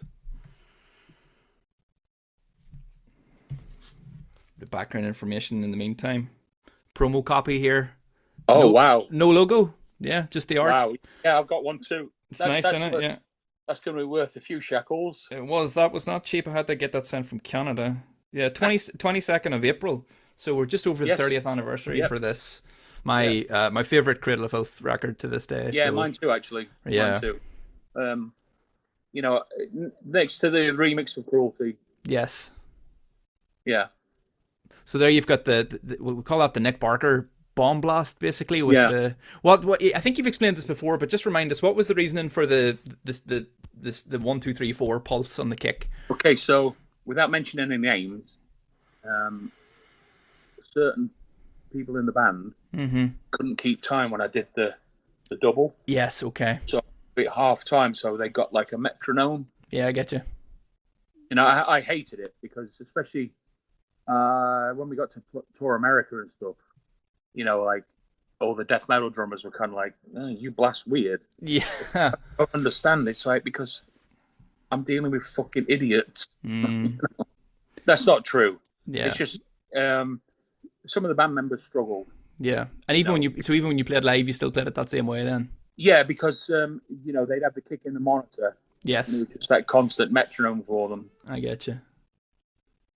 And then when it switches over to what I call the Slayer beat, the skank beat, the kick pattern's the same, so it was easy for them to just follow straight through. Yeah. Who wrote this one, Nick? This wasn't a holdover from the Dusk sessions. This was No, new. no, Yeah. this is new. I think this was the first thing we wrote with Stuart. Okay. Yeah.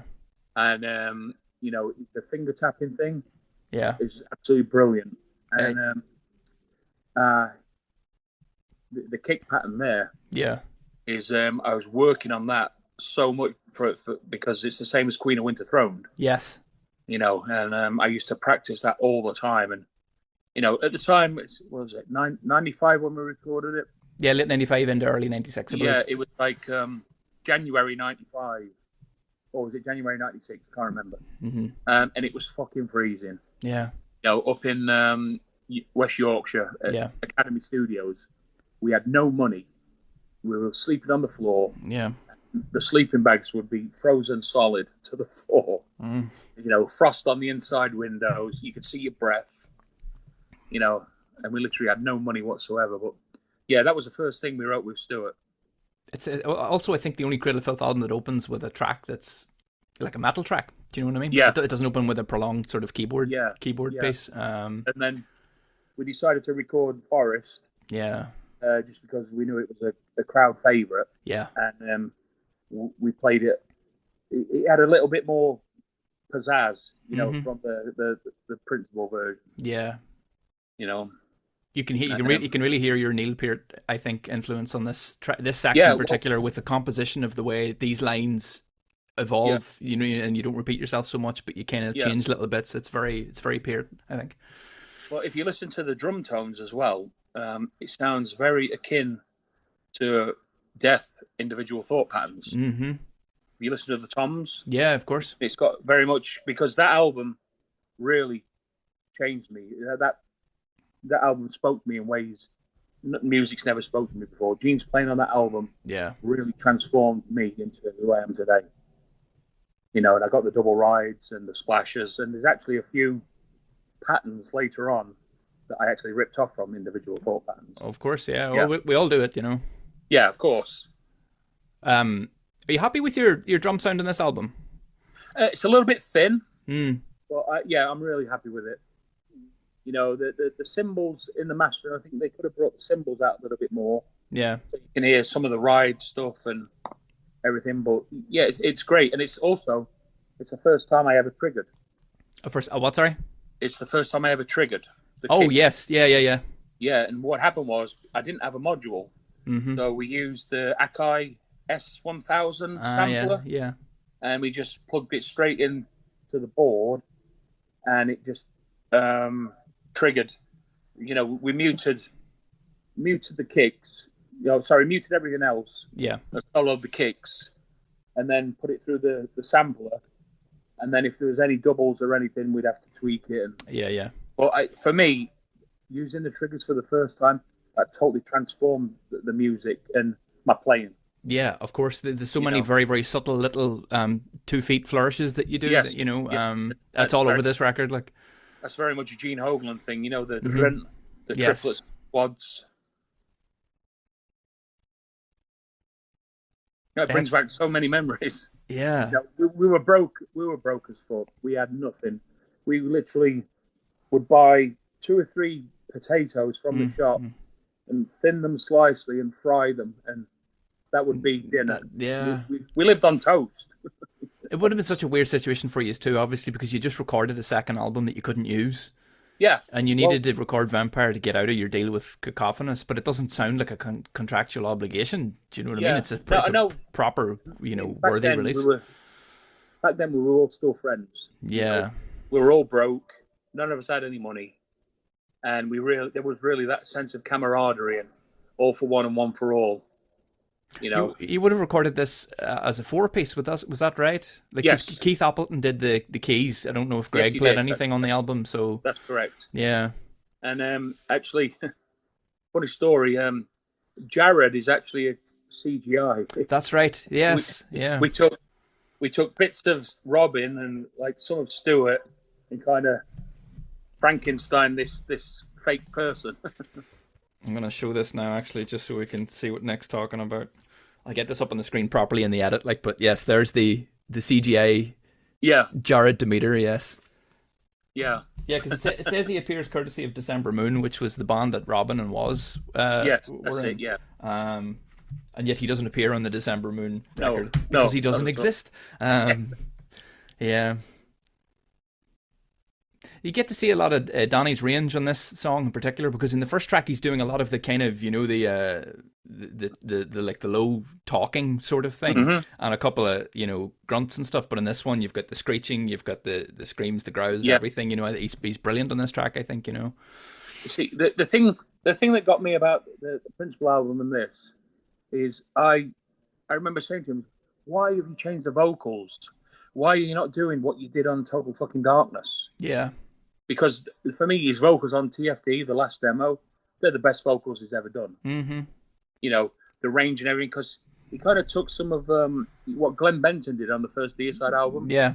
The highs and the lows. Yes, and the multi-tracking, yeah. overdubs and stuff. Yeah. It's amazing. And, I remember when we recorded Principal, like, why have you changed it? Why don't do TFD? Oh, I want to do something different. I want to evolve. Yeah. And this is actually the opening bit to Summer Dying Fast. No, it's A Dream of Wolves in the Snow. Yeah, that's it. Yeah. Yeah, but that was the intro to Summer Dying Fast, I think. Yes, you're right. You've got that opening line. Is Queen from Winter Throne yeah. was on the original Dusk sections, but we kind of reworked it a little bit. Ah, okay. The middle section with the crows and the big reverb on the drums. So this would have been would this have been a Stewart track? No, this would have predated Stewart, would it? No, this was the Principal era. Yeah. But obviously we reworked it and still put his stamp on it and changed a few bits and But this is one of my favorite Cradle songs.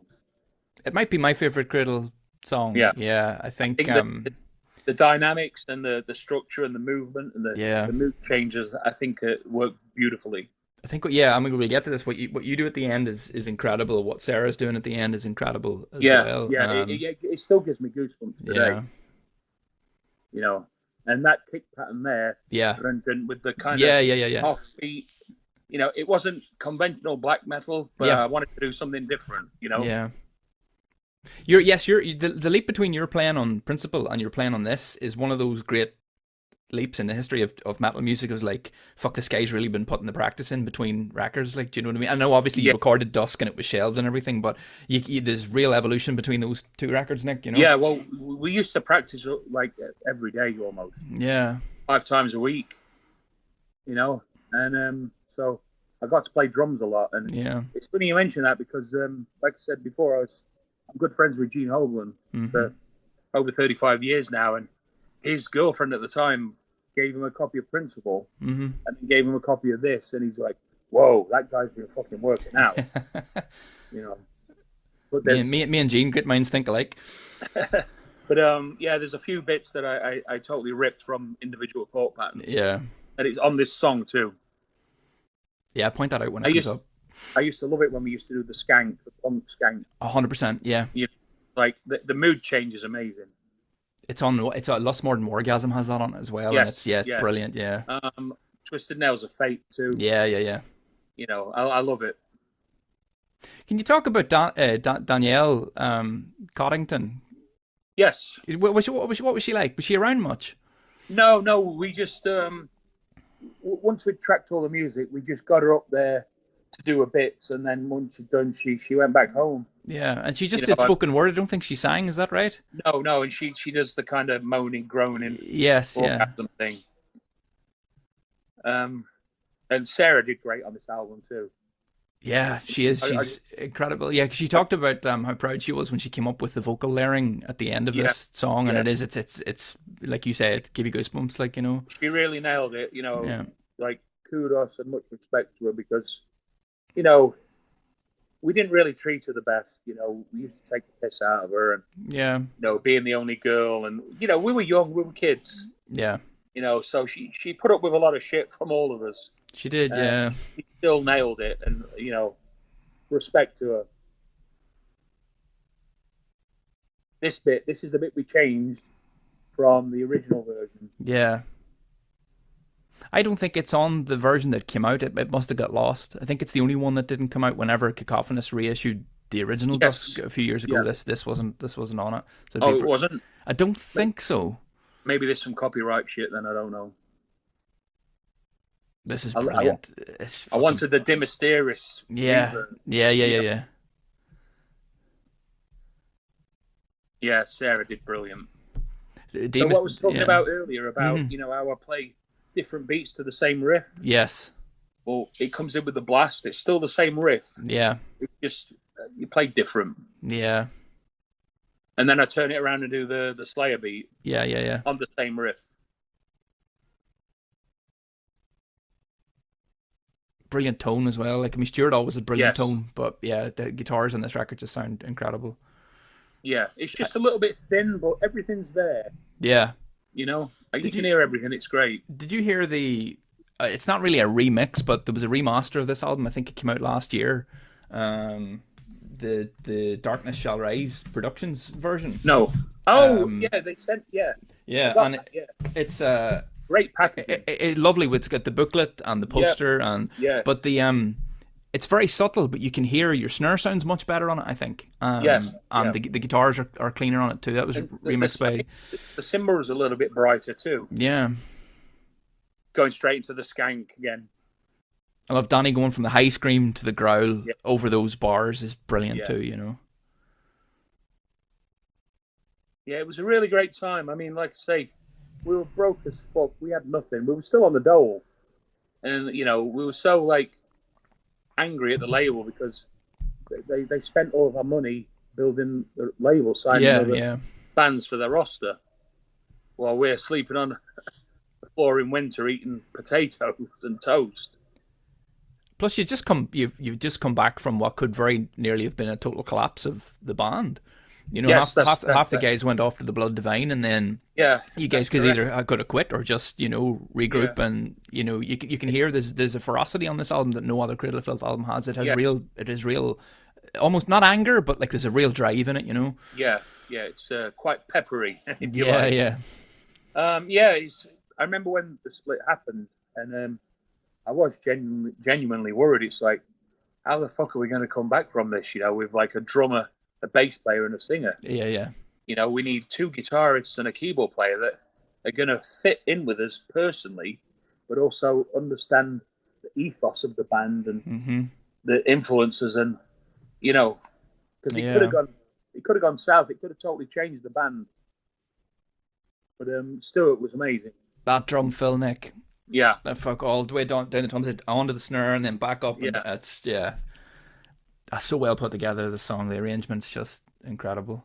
What about I know that on the original Sin version of Dusk, Robin didn't play bass, so he'd obviously left the band and then came back again as well. So he came back after the Ryan brothers and Paul left. Is that right? Yeah. Yeah. It was actually John Kennedy. Yes. Who went singing in Hecate Enthroned. Yes. A good friend of mine. And it's sad that he passed away. That's right. Yeah. A few years ago. He did. Did Robin contribute much writing wise? Not really. No. Again, it was a lot of time. It was me and Stuart. Yeah. And the keyboard player Greg at the time. But he's a great player. Robin, though, he's very present on all of the albums that he played on. Bass was a very important part of Cradle of Filth. That after he left, it never was again. I don't think. Yeah, the times when he did contribute riffs, stuff they were golden. Yeah. And here's the King Diamond. Yeah. We used to call this the King Diamond bit. Yes, the awkward one to listen to whenever you're growing up in a teenage metal fan. This section, yeah. But this is the one I was telling you about with this riff, and then it goes on to the guitar, but the harpsichord's still playing it, and then like you said afterwards, it slows right down, and it's just playing the toms on the snare, but it's the same riff, just played at like a fraction of the speed. Now, on that snare, I really wanted a big, massive, bombastic reverb, like something. But it just didn't work. No, you've only got the reverb on the tom, and then the snare is just dead. Like Yeah, but I want it to be like a kind of like a snare explosion. I know what you mean. Yeah. And then the groove pattern here, it's not conventional black metal. That's kind of like and the Neil influence and Yeah. But the build of it, the build is just it's amazing. expert. It really is my favorite Cradle song. So this bit here, the next bit I'm going to go down. Yeah. The splash thing. Yeah. That's from Individual Thought Patterns. Ah, yeah. Okay. So if you listen to it coming up now. Yeah. That's straight ripped off Individual Thought Patterns. It's brilliant. You also changed where you hit the accent on the China changes this time. Yeah. Whereas previously you were playing on the offbeat, you know, again, very subtle, but brilliant songcraft. We used that China there was called the bitch slap. There you go, the splash thing again. You see when you're playing the Slayer beat, Nick, are you going for consistent? Is that 16th notes? Is that the right phrase that I'm using? Yeah. Or were you just trying to hit it sort of, you know? No, it's single notes. Yes, yeah. Single strokes. A lot of drummers, I wouldn't call it cheating. It's just no, they call it the cheat beat, don't they? Yeah. You know, like they do that, but I'm. Yeah. I prefer this version to the Dusk version as well. Because this was recorded 3 times. It recorded for the original Dusk, and then it was recorded for the digipack of the Music for Nations for Dusk as well, which is more gothic. There's more keyboards in it, but again, this has the anger, the rawness, you know, the demo version of it actually is really good. Yes, that's right. It's on the reissue as well. Yeah. So it could be the most recorded Cradle song, I think. I think so, yeah. Yeah.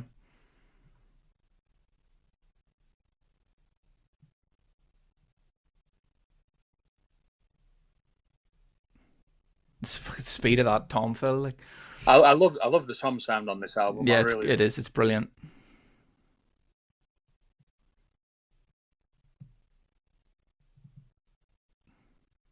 And like I say, the first time I used triggers, those little flourishes, they would have really got lost without the triggers. Yes. You know. Of course, and that's not, you know, you hear people that, you know, the standard anti-trigger argument. Oh yeah. Which is such bullshit. It's like if you're playing badly, you're going to hear it badly. You need to play well for it to work. All it does is replicate what you play. Yeah. So if you're playing like arse, it's going to sound like arse. Yeah. Another killer fill here.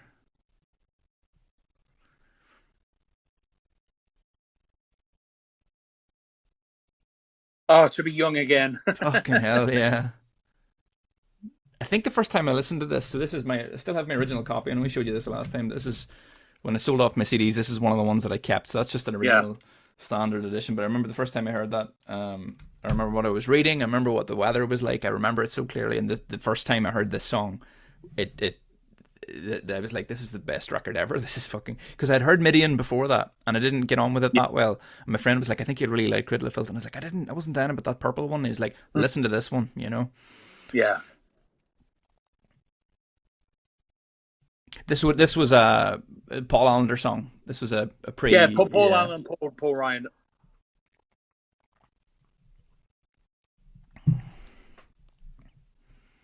You see what Robin does here. I love the break here. Yeah. So what Robin's doing some business here, that on the Dusk version he just plays a single note. That's gone. They completely covered it. But and this fill is very Neil Peart. Oh yeah. 100%. Unmistakable.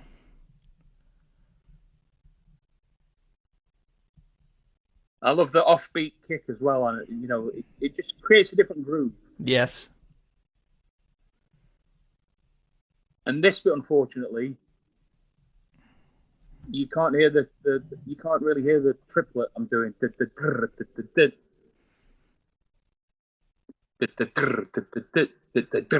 Yeah. There's great punch in that kick sound, though, which really cuts through. Yeah.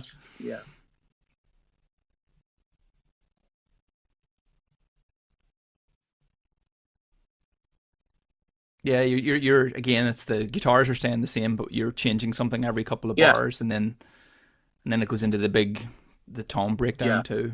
I love the big tom fills. You know, they're great for the transitions between riffs.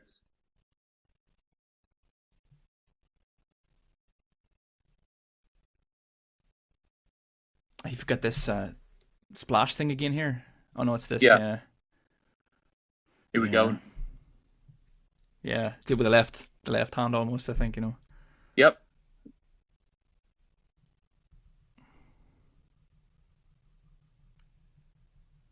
This is the problem with these things: is you get sucked in and you just end up listening when it's this good. Do you know what I mean? It just. Yeah, it's I hadn't heard it in a long time, and I listened to it last night. Yeah. So we could prepare for this, and yeah, it really brings back a lot of happy memories. That's yeah. It's like I say, we were all friends still back then.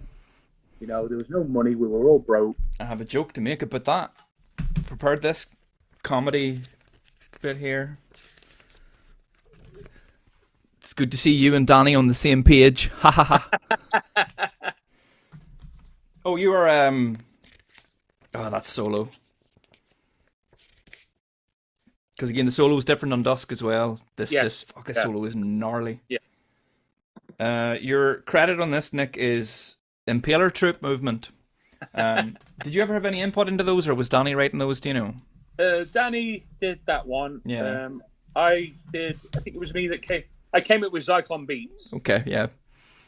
And it was a mutual thing for Hammer of the Gods. Yes. Yeah. Was that a nod to Bonzo? Was it? Yeah. The Led Zeppelin book. Yeah. Was Greg in the band when this was recorded? He was, yeah. Yeah. So because Keith Appleton is an absolute wizard. Yeah. With keyboards, I mean, he did all the keyboards on Paradise Lost Gothic. And the first MDB record as well. Yeah, and Gothic, even to this day, remains one of my all-time favourite UK metal albums. And during the recording of this, like, Gothic was getting played like fucking Typo Negative, Bloody Kisses. Yeah. That was kind of like, they were kind of like our go-to albums, for atmosphere and vibe, Bloody Kisses was still one of the best sounding records ever recorded. That thing is a sonic masterpiece. And, when we expressed our fandom to Keith, for Gothic, and I can do all that. He's an absolute wizard.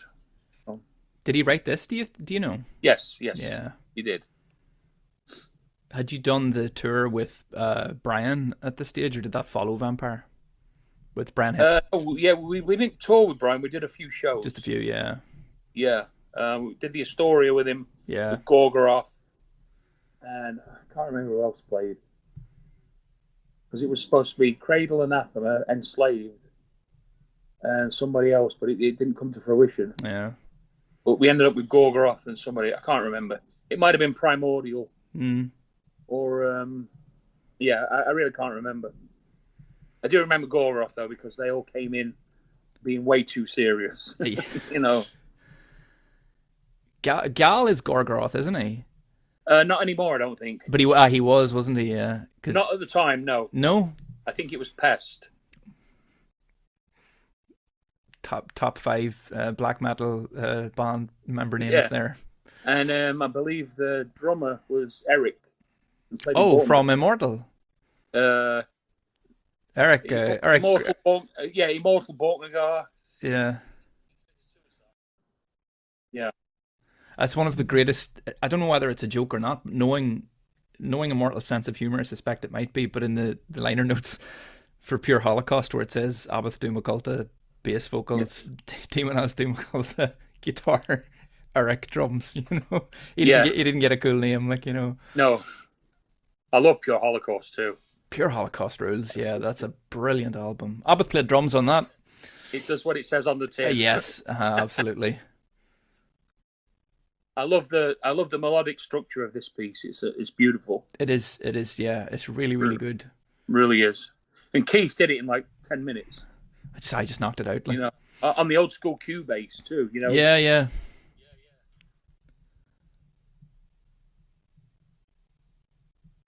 It's important to take a break for something like this even the short space of 36 minutes. I think Vampire runs about 36 minutes. Yeah. To still devote some time to this sort of thing, because it's beautiful, and also the way that it ends, where you can just about hear the count Yes. It's pulsing there, but it's not like it sounded out, and then Yeah. it feeds straight into the count at the start of the Angels, Yeah. where the chokes are and everything. It's Mm-hmm. really, really well put together. So Ruin, that was the second song we wrote with Stuart, and also Brian Hipp contributed the very end riff. That was Brian's riff. Ah, right, okay.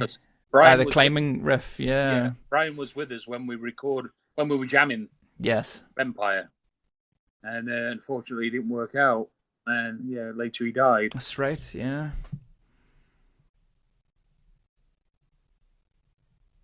We're going to talk about the blast at the start of this when it comes in here, but let's just enjoy the moment. It's all 1/4 too. Oh, you see, you've preempted my question. We're on the same wavelength here. I didn't do the 2/4 until Cruelty. Yes. On Desire. That's right, yeah.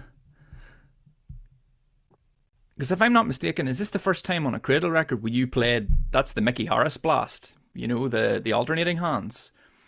I think so. Yeah. You're leading with the hi hat and the snare is in between. Yeah. Leading with the kick and the the kick and the hat. Yeah. And it's in threes. It's 1 2 3 1 2 3 1 2 3 1 2 3. That's right. Yeah. I find the snare gets lost a wee bit in this though. Yeah. But, you still get the idea. It is. It's brilliant. Yeah, it's probably the fastest moment on any Cradle of Filth record to this point. You know, this bit's beautiful. It is when the bell comes in and the bell's slightly off. Yeah, the bell's not on the time. You know, I'm getting goosebumps. It's so quite good. Nostalgic. Yeah, really it is. It's really, really good. And that's a cor anglais, I think. Yes. Yeah. Yeah.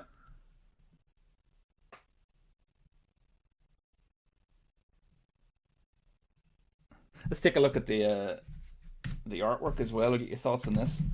Again, I'll hold this up to the camera, but by the time I get this edited, I'll get so that people can see things properly. But I want to get your read on your facial expressions in these photographs. Okay, can you see yourself there? Okay. Do you think you look happy there, Nick? No, that was taken at some wedding photographers in Ipswich, and the candelabra. That was mine.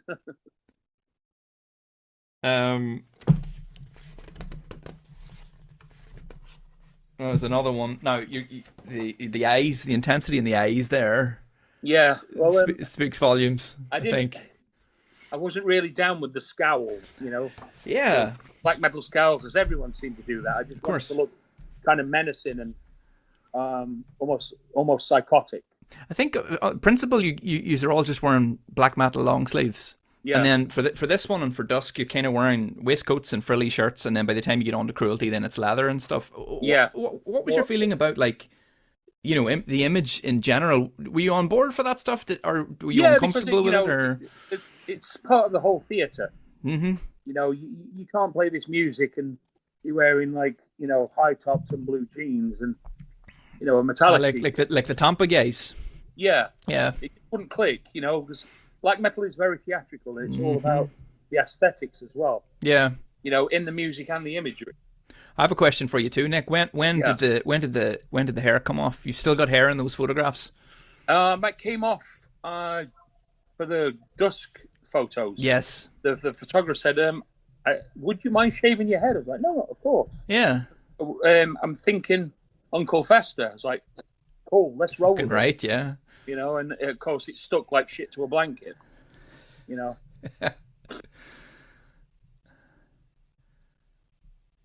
Great riff. And then the harmony on top of the riff is...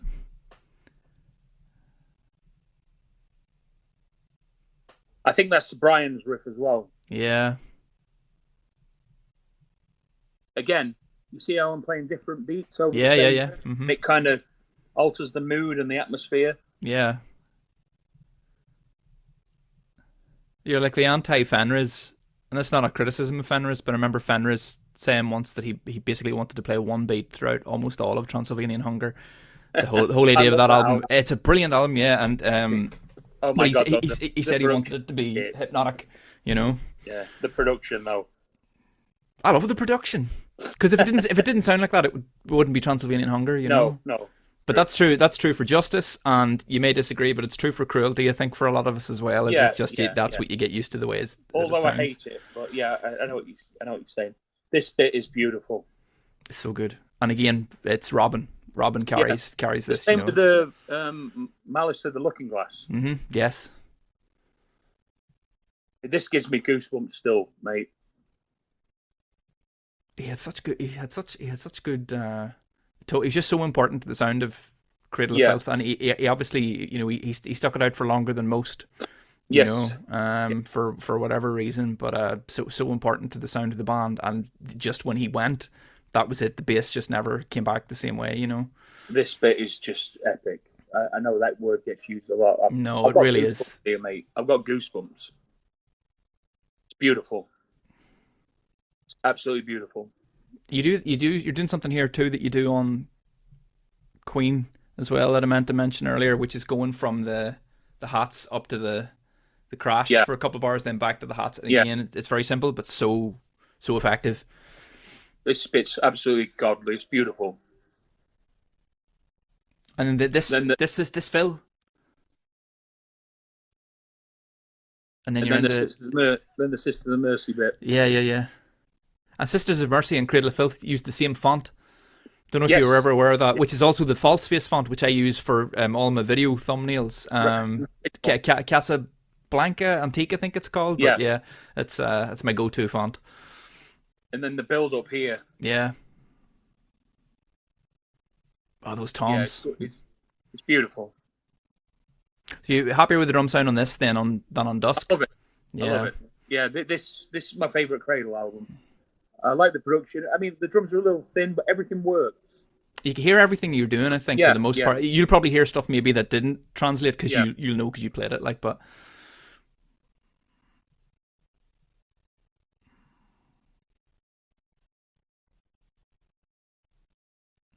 That flam, you know, perfectly judged.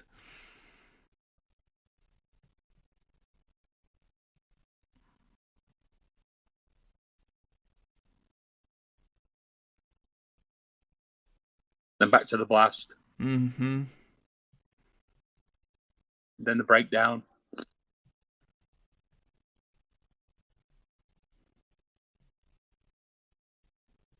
Did Danny, how did Danny do in the studio? Did he struggle with any of this, or did he get in and out, or? I don't know, because every time he used to track the vocals, we all had to get the fuck out. Oh yeah. You know, he'd have the studio cleared.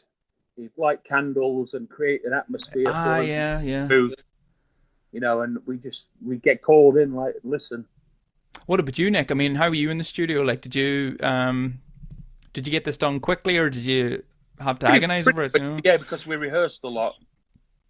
This is Brian's riff.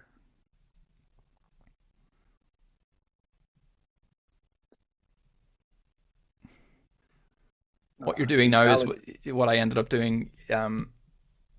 I think I listened to this 4 times since I sent you that message yesterday, because the first time I tried to listen to it, I got about halfway through with the notes. No, yeah, Grant. My allergies are really giving me shit. I've been having it too. Yeah, I've been lucky this evening, but I tried to make notes yesterday when I was listening to it, and I just ended up air drumming the whole album, like, you know. Yeah. So there, I'm doing kind of like the jagged snare. Mm-hmm. The jagged ride pattern,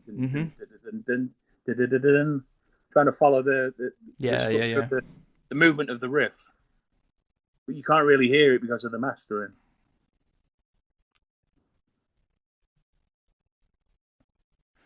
Some business happening here. Yeah, and that was Danielle. Yes. Yeah, she's brilliant at that. She's really good. What an interesting career choice. Yeah, especially the porny bits, like yeah. I know, like, yeah. You know, even when you're like 22, you're like, oh, okay. I was like, everything I was into at the time, it was all over Ackercocker Records, you know, as well. Yeah, I love the Act Boys. Yeah, Dave's imagery. Yeah, you know, the monochrome. Yeah, I love it. Like, he's such a talented guy. You know, he's just as good as an artist as he is a drummer. He's brilliant, yeah. I love voices too. They're amazing. I'm trying to get David to do the show, and I think he's on the fence. But I think he's on the fence because he thinks why would people want to listen to him? He kind of came back to me and he was like, "Yeah, Jason," and I was like, "I've got Jason. I want you as well. Drummers speak a different language." That's exactly what I said to him. But Well, you tell him from me. Barker insists I because will. I've got nothing but love and respect for him. Yeah, You know, when I was asked to play in Voices, because he was busy with work, it was an absolute honour, and I'll always say like the Act Boys are some of the best guys ever. yeah, Jason too. I love Jason too. yeah. It was, yeah. Just talking to Jason was really really good, Yeah, fun. they're But all let's good lads. we'll stay on topic. Vampire. Any Yeah, thoughts? Having finished listening to that, Nick? What was that like for you? very nostalgic. Yeah, It took me back. It invokes a lot of memories. yeah, At that time and that era. Like I say, we were all really good friends still because we were all broke yeah, and we were all, the camaraderie, all for one, one for all. And I remember having to sell my TV and my stereo down at Cash Converters just yeah, so I could pay my phone bill. yeah. You know, and Fucking hell. yeah, I had a fax machine because back then it wasn't emails, it was faxes. Mm-hmm. So I had a phone fax machine, that I'd send to promoters and stuff. And I remember having to take my stereo and my TV down to Cash Converters just to pay the bill. Yeah. But it didn't matter because we were young and we were just so driven. Excuse me. You okay? Yeah, it was a really, really special time in the band, even though, like I say, we were all broke. You know, You hear a lot about whenever bands have to complete a contractual obligation, what they'll do is like a greatest hits package or a live album or something. You guys weren't in a position to do that. Yeah. What was it that drove you guys to make something so brilliant? Because obviously you probably didn't feel like you owed Cacophonous anything because they hadn't been good to you, and you weren't going to see a penny. Am I right in saying that Cradle never saw any money from those first two releases at all? We later on we did. Yes, but, yeah. Yeah, at the time, no, we didn't. It was weird because I think we were driven by the frustration and the resentment to the label. That's what drove us. Yeah. And we leave you with something brilliant to remember us by because you fucking showed us out the door. Because of how well Principle was received, we couldn't just knock out a piece of shit next because it would have been commercial suicide. Yeah. Hey, I hate to use that term, but because of how well the first album was received on the underground and everywhere. Yeah. It's like we've got to beat that. Mm-hmm. Because once we go and Dusk is released, that's going to even top the first two. Would you have had an inkling? Would you have known? Rephrase that. Would you have known when Vampire came out in April that Dusk was going to hit the same year? Do you think? No, I wasn't expecting it to be the same year, but because we were on the verge of signing with MFN. We'd already spoke to them, and they were very interested. There's two labels actually, Earache and MFN, and because Paul Lowsby, who was Faye's business partner, the management, he managed Dearly Beheaded on Music for Nations, and he managed Cathedral on Earache. Yeah. So I happened to call him up and say, "Look, here's the deal. We've been offered two deals by two different companies. You represent a band on each label. Who would you say?" And he said, "Whatever you do not sign to Earache." Yeah. I'd go with Music for Nations. And because I'd heard so many horror stories as well about Earache and paying their artists, I knew the Entomb guys, the Napalm guys, and, Carcass and all of the top names that were on the Earache. Yeah. They no longer are, yeah. Yeah, they all had the same problems. Yeah. So it was a no-brainer, really. And because Music for Nations had Metallica and Wasp and Merciful Fate in the early days, yes, the 80s, it was like, yeah, that's where we need to go. And I can't say anything except good things for Music for Nations. They pushed the band to new limits. Yeah. Their press campaign, the PR department, it was insane. Well, even if you take a look at like the three versions of Dusk, You know, Yeah. there's the digipack, and then there's the coffin as well, which Yeah. had art that wasn't in the other copy, so they were putting money into the band. Yeah. And Absolutely. yeah, Fortunately, I don't have a copy of the digipack anymore, but I've got 2 copies of the coffin. 2 coffins. Yeah. Yeah. Yeah, there's the pencil drawing of you in the coffin. I don't think looks fucking anything like you, but they're good. They're good drawings. But I was just like, what the fuck is this? It's more like a caricature. Yeah, I suppose it is. Yeah, I suppose. Yeah. Yeah. But we'll talk more on that. You know, when we get there. Yeah, absolutely. Well, how are you fixed for time, Nick? Do you need to get away, or how's the battery, or how's the bladder, or anything? I'm good. The missus is at work. Yeah. 39% on the iPad, so yeah, we're all good. Well, here's something I wanted to ask you about, and if you didn't get a chance to look at this because of any health concerns or anything, but have you been paying attention to what's been happening with Rush recently? Did you see any footage? Or... Yes. What are your thoughts on that? Let's have I natter. think it's absolutely amazing. Yeah.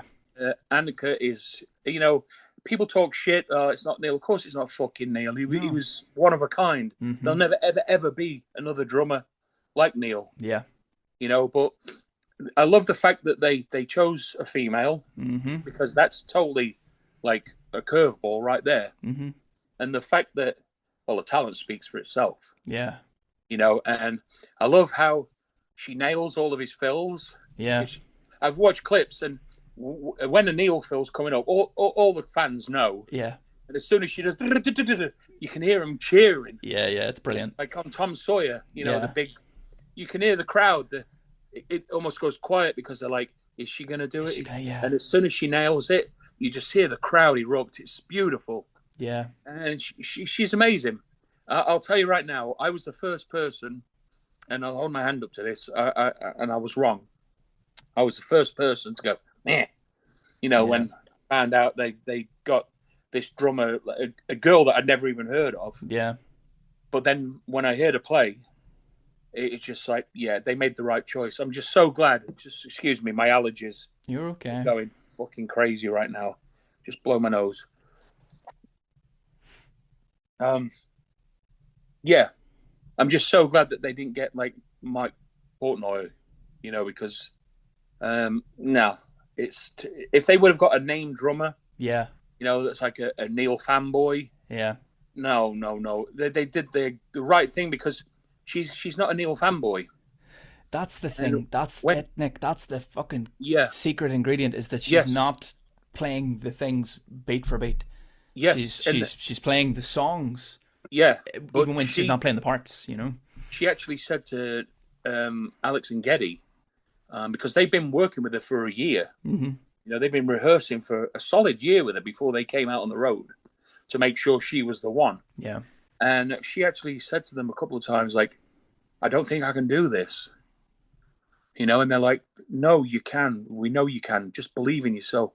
And she fucking nailed it. I'm so happy, and I'm really proud of her. Yeah. It's weird. Like, you do feel proud of these strangers, but... Yeah. And she nails these parts, but also I like how she adds a little bit of her own flavour too. She really does. It's not offensive. Yeah. Some drummers, like, you could get a fanboy drummer, nails all the parts, but then thinks, I'm going to fucking showboat a bit. And you're like, ugh.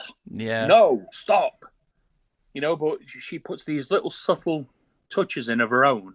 Yeah. And it's beautiful. It really is. And, like, she nails those fills. And I love how she plays some of the parts, how she's, like, kind of interpreted it in her own way. Mm-hmm. But it still sounds integral to the original. Yeah.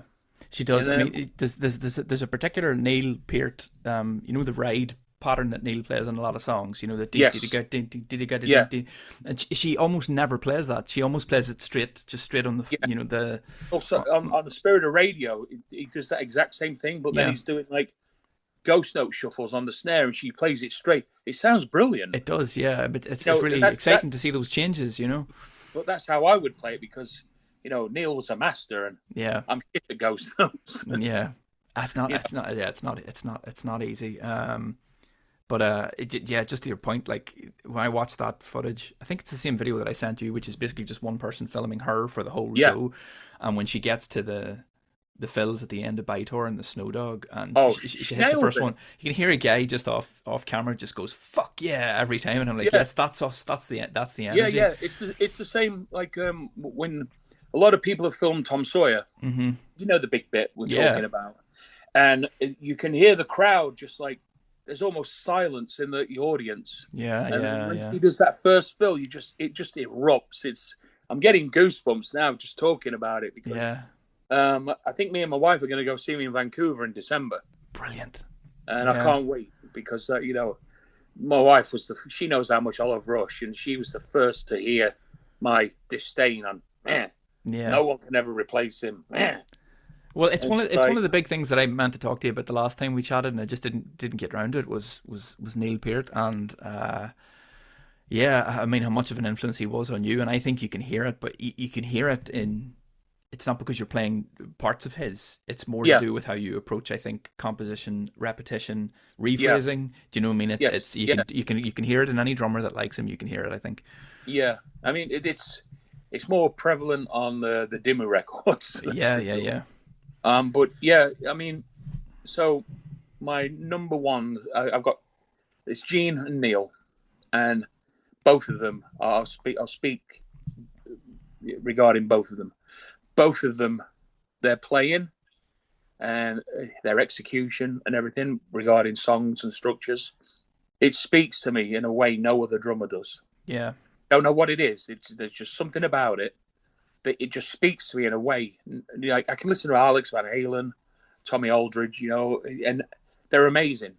And I always like little bits and little snippets of what they all do. Mm-hmm. But Neil and Gene, it's the individual thought patterns again. Yeah. That album changed my entire life and how I approach drums and how I wanted to play drums. And Neil as well, since being a teenager. Like I've always liked those fills. Yeah. Like Nico does them as well. Yeah. And that's always been a part of my playing. Yeah, 100%. As well as the thing Nico does on the hats when he's playing the ride, he'll do a push on the kick and he'll do a choke on the hats. Dun, dun, dun, dun, dun, Yeah. I like to do a lot of that too, and the pushes that people like Phil Collins and Neil Peart do. They don't just play straight on the bar. Yeah. They'll do like a push. Yeah. Instead of just like straight, do the symbol on the bar. Yes. Then, I love that push thing. I do it a lot in Dimmu and Old Man's Child. Did you ever watch any of his DVDs, Neil's? Yes, I have them all. They're brilliant, yeah. Especially the last one, which is brilliant. like 9 hours long. To just spend that much time in his company, They're brilliant, and I love hearing him. But he goes off on a fucking tangent just so much. Yeah. Like he'll be talking about drums, and actually that reminds me of a funny story. When we were on tour in Ohio, I think it was for the Farewell to Kings tour, 1978. And then he goes, and it's like, fuck that, show me how you do the bye tour fills. You know what I mean? It's a shame. The first one that he did was for Test for Echo, which I don't hate. I've got that on VHS still. Probably maybe the worst Rush album, but that's the first one that he did an instructional for. But again, when you watch that video, it completely reframes your appreciation for those songs when you hear about what he put into them, and that nearly makes Test for Echo a better album, But it'd be really good as a history teacher. Yeah. Because he's got that voice that just sucks you in. Like David Attenborough. Yeah. When you watch a nature special with David Attenborough, it's his voice and his tones. Yeah. It just draws you in, doesn't it? And you just become like hypnotized. And he seems to be able to speak at length in that engaging way without needing a script. He's just one of those people that can talk brilliantly, beautifully composed sentences and everything just off the cuff, But yeah, it's the tangents that get me. It's like, less of the yap, Neil, and show us how you fucking show us the money. Yeah. I want the money shots. There's a brilliant one on, I think it's the Anatomy of a Drum Solo, I think, which one of the bonus features is just him practicing for like 28 minutes. Just completely improvising, and there's a bit where he goes up to his highest tom, and there's no other word for it. He just starts wanging it. He just goes bam, bam, ba-dum, bam, ba, ba, ba, ba, ba, ba, Yeah. You can't clip it out and put it on YouTube because Hudson Music are really litigious and they get everything taken down so they can put it up, really? which is fine because they're still selling this product, But I love just that clip of him hitting the shit out of that high tom. It's so funny because it's so graceless, but it's he's experimenting. He calls it exploring, But, Well, it's funny. my old jam space in Chesterfield. It was basically a shrine to Neil and Jeff Hanneman. Yeah. You know, it looks like a teenage. My best mate Paddy, who I talked about before, he described it best. It looks like your old bedroom. Yeah, yeah. Because it's all Jeff Hanneman, and in front of me on the wall is the poster of Anatomy of a Drum Solo. Yes, another one. So he's staring at me. Yes. And that's the driving force. That's the inspiration right there. Yeah, the first picture I ever got, you can't see that I've got framed pictures of all kinds of people up on the wall, but the first one that I ever stuck into a frame was a picture of Igor Cavalera that I ripped out of Rock Sound, I think, and stuck on the wall, and I was like, yeah, I'm going to play like that guy. That was a trip, because over the years, I've become friends with Igor. Talk a little about him, because I'm in awe of him, like absolutely. He's amazing. I mean, he was also Sepultura in the late 80s were probably next to Slayer my all-time favorite band. Mm-hmm. Schizophrenia, the album, Beneath the Remains. I remember I got it on import from Shades Records in London. Did you get the CD or the LP, Nick? I got the LP. Yeah. I was just going to try and reach my copy there, but I can't. When I went to Brazil, in Sao Paulo, there's actually a heavy metal shopping mall. Yes. And it's like I think 3 or 4 floors, and it's just all metal. Yeah. Vinyl, T-shirts, everything. That's amazing. And I remember I picked up a first pressing copy of Schizophrenia, Gatefold on Cogumelo. Cogumelo, yeah, Gatefold. That's right, yeah. Yeah. And it was like, oh my, this is the Holy Grail. Now, okay, absolutely. At the time, when I got Schizophrenia, Slayer had just released South of Heaven. Mm-hmm. And after Raining Blood, I was like, I was like 15. It's like, what the fuck is this bullshit?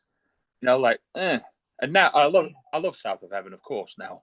But at the time, I was young. And after in Raining Blood, it was like, fast, fast, fast. Yeah, yeah. And then they dropped South of Heaven, and I was kind of like, So you were looking for something else to get that kick, yeah. So okay, it's Slayer, so I've got to like it. But then I picked up Schizophrenia, and it was like, oh my god, that just changed my life.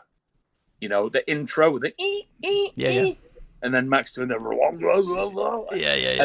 that riff to From the Past Comes the Storms. Fuck yeah. And the Rototoms, it was like, oh god. And I still love that album today. Yeah. I'll always put that album as my favorite Seps album, and it's that and Beneath the Remains. That's the era for me. Yes. Arise is a brilliant album, brilliant song structures, but you could see they were losing that edge that they had on the Schizophrenia and Beneath the Remains. Yeah. They're not an extreme. They don't have the DNA of extreme metal anymore. So much. Back then, of course, they were poor, they were hungry, and they were angry. Yes. Like many bands, and you could see by the sales from Beneath the Remains that things are picking up, and to me, it showed in Arise. I love Arise, but it's just I could see that it was where it was going. And then Chaos AD came out, and then Roots. It was like, I appreciate Chaos AD now. I can't listen to Roots. Really? Yeah, it's just the whole new metal thing. Yeah. How did you go from the ferocity of Schizophrenia and Beneath the Remains to playing riffs with one finger that down, Yeah. The attitude. It's my personal preference. Yeah. I'm not disrespecting them. They're amazing. And I've become friends with Igor, and he told me the thing that did my head in, and I showed him the picture of us when I was 16, when they played the Marquee for the very first time. The first time ever in England, and they blew the shit out of Sodom. Yeah. Like half the crowd left after Sepultura. Like Sodom played to a half-empty club. There would have been no following them. No way. No, it wasn't. It was like, it reminded me of Slayer. Mm-hmm. They come on stage, they just started feeding back. Cymbal swell. Yeah. We are Sepultura from Brazil. Yeah. Primitive future. Bap, bap, bap, bap, dun, dun, dun, dun. And fuck me, I'm getting goosebumps now thinking about amazing, it. Yeah. And make the crowd. this is when there was no health and safety either. And the crowd just erupted. There was a stage invasion. Yeah.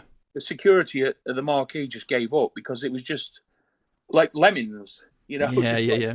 getting on there and jumping off. It was fucking crazy. Max got hit in the face with a mic, like, I don't know how many times. And I'm actually on the MTV special. Oh, yeah? There's a whole bunch of Chesterfield lads at the front.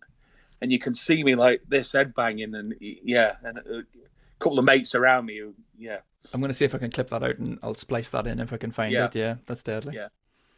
But, we took the night bus down from Chesterfield, and it was October. And we got to London at like 6 a.m. It was fucking freezing. And, of course, none of us had sleeping bags. We're like, oh, we'll be all right.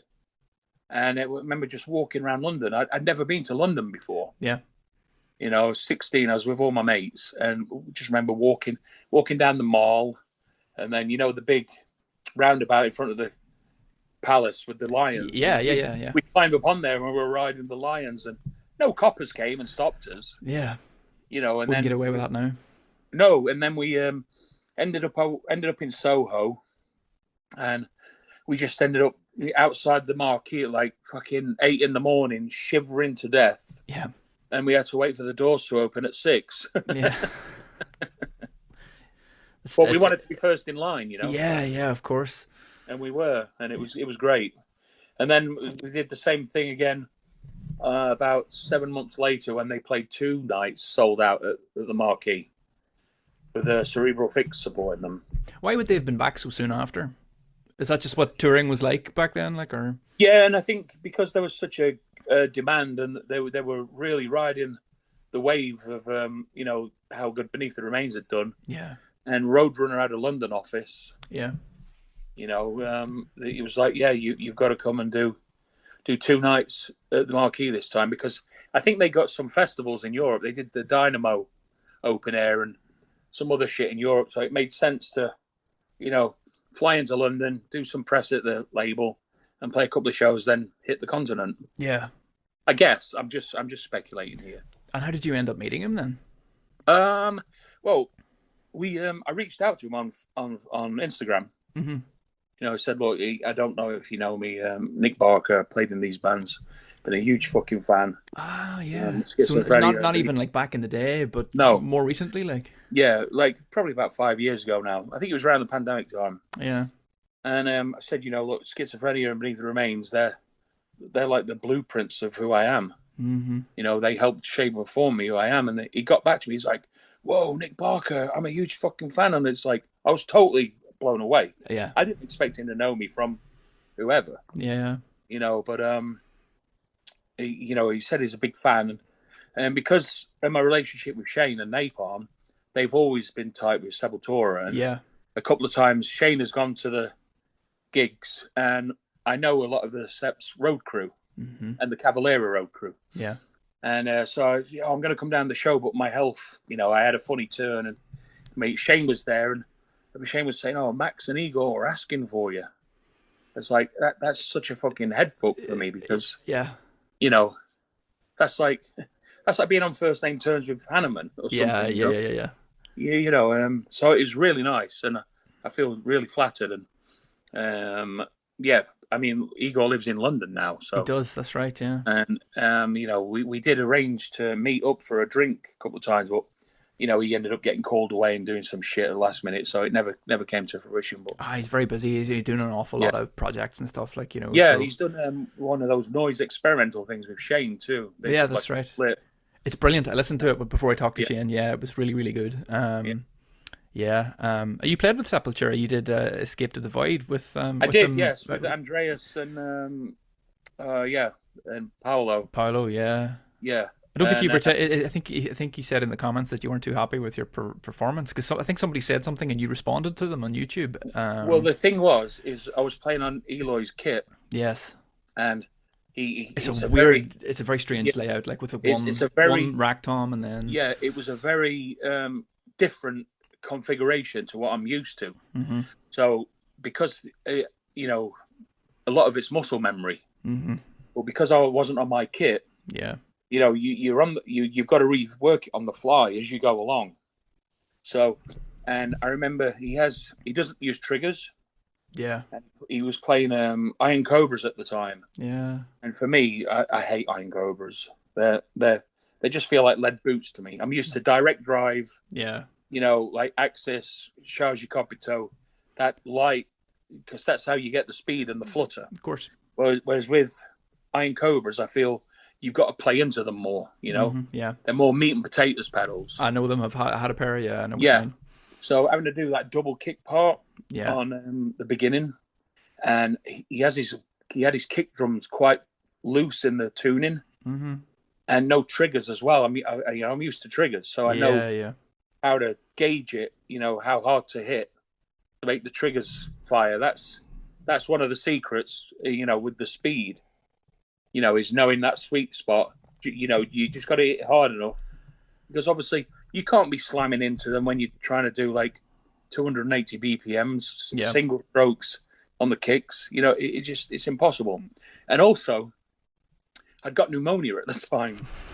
We was on tour with Sepultura, Death Angel, and Exodus, and I was working for Exodus, and it was a winter tour in Europe, and it just went through bus to bus. Yeah.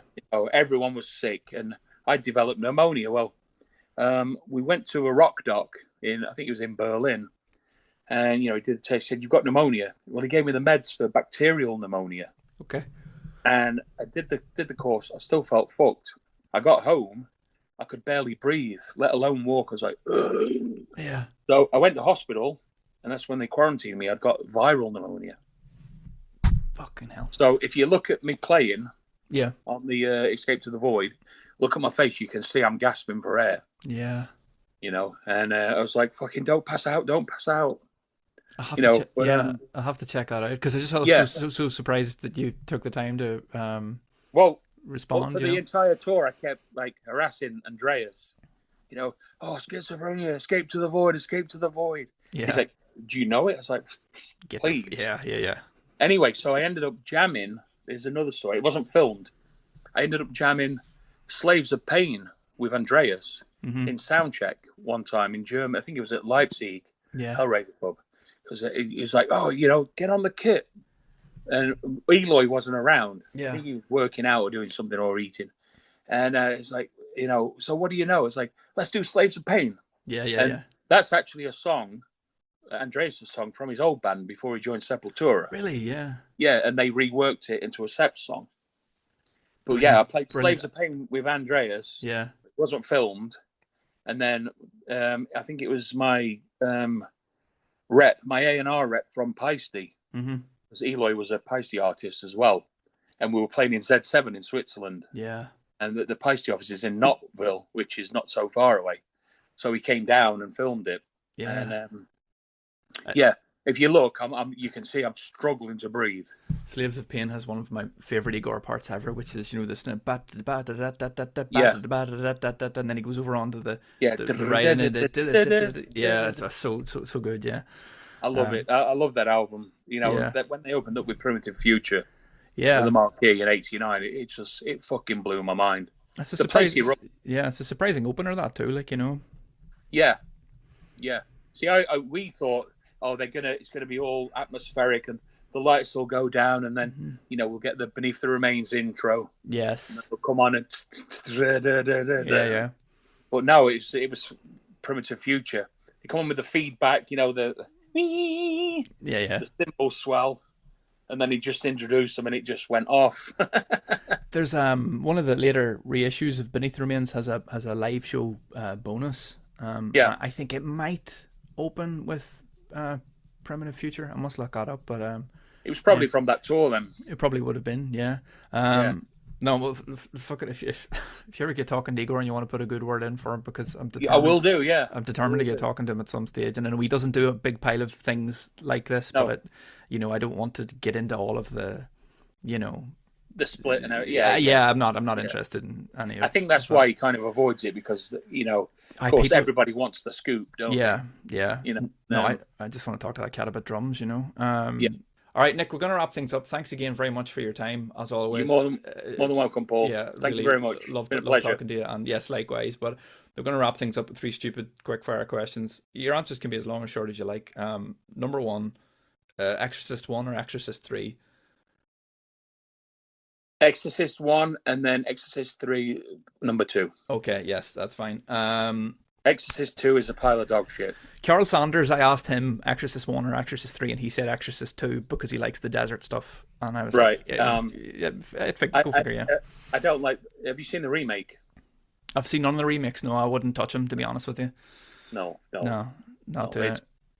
You know, why they did that is beyond me. But anyway. Why do you remake The Exorcist? The next time we get talking, Nick, we'll talk movies in more detail as well, actually. But, right, that's cool. Number 2, best Prodigy single? Probably Poison or Omen. Oh, a later one. Interesting, yes. Yeah. It changes for me every day, but the minute I'm feeling but everybody in the place. I do like Experience, the first album too. I think that's amazing. Yeah, so most days that's my favorite. I think actually now. So Walls of Jericho from Experience. Yeah, I'd say Poison from Jilted Generation. Yeah, Smack My Bitch Up from What's It, and then Omen. Yeah, Omen and Poison.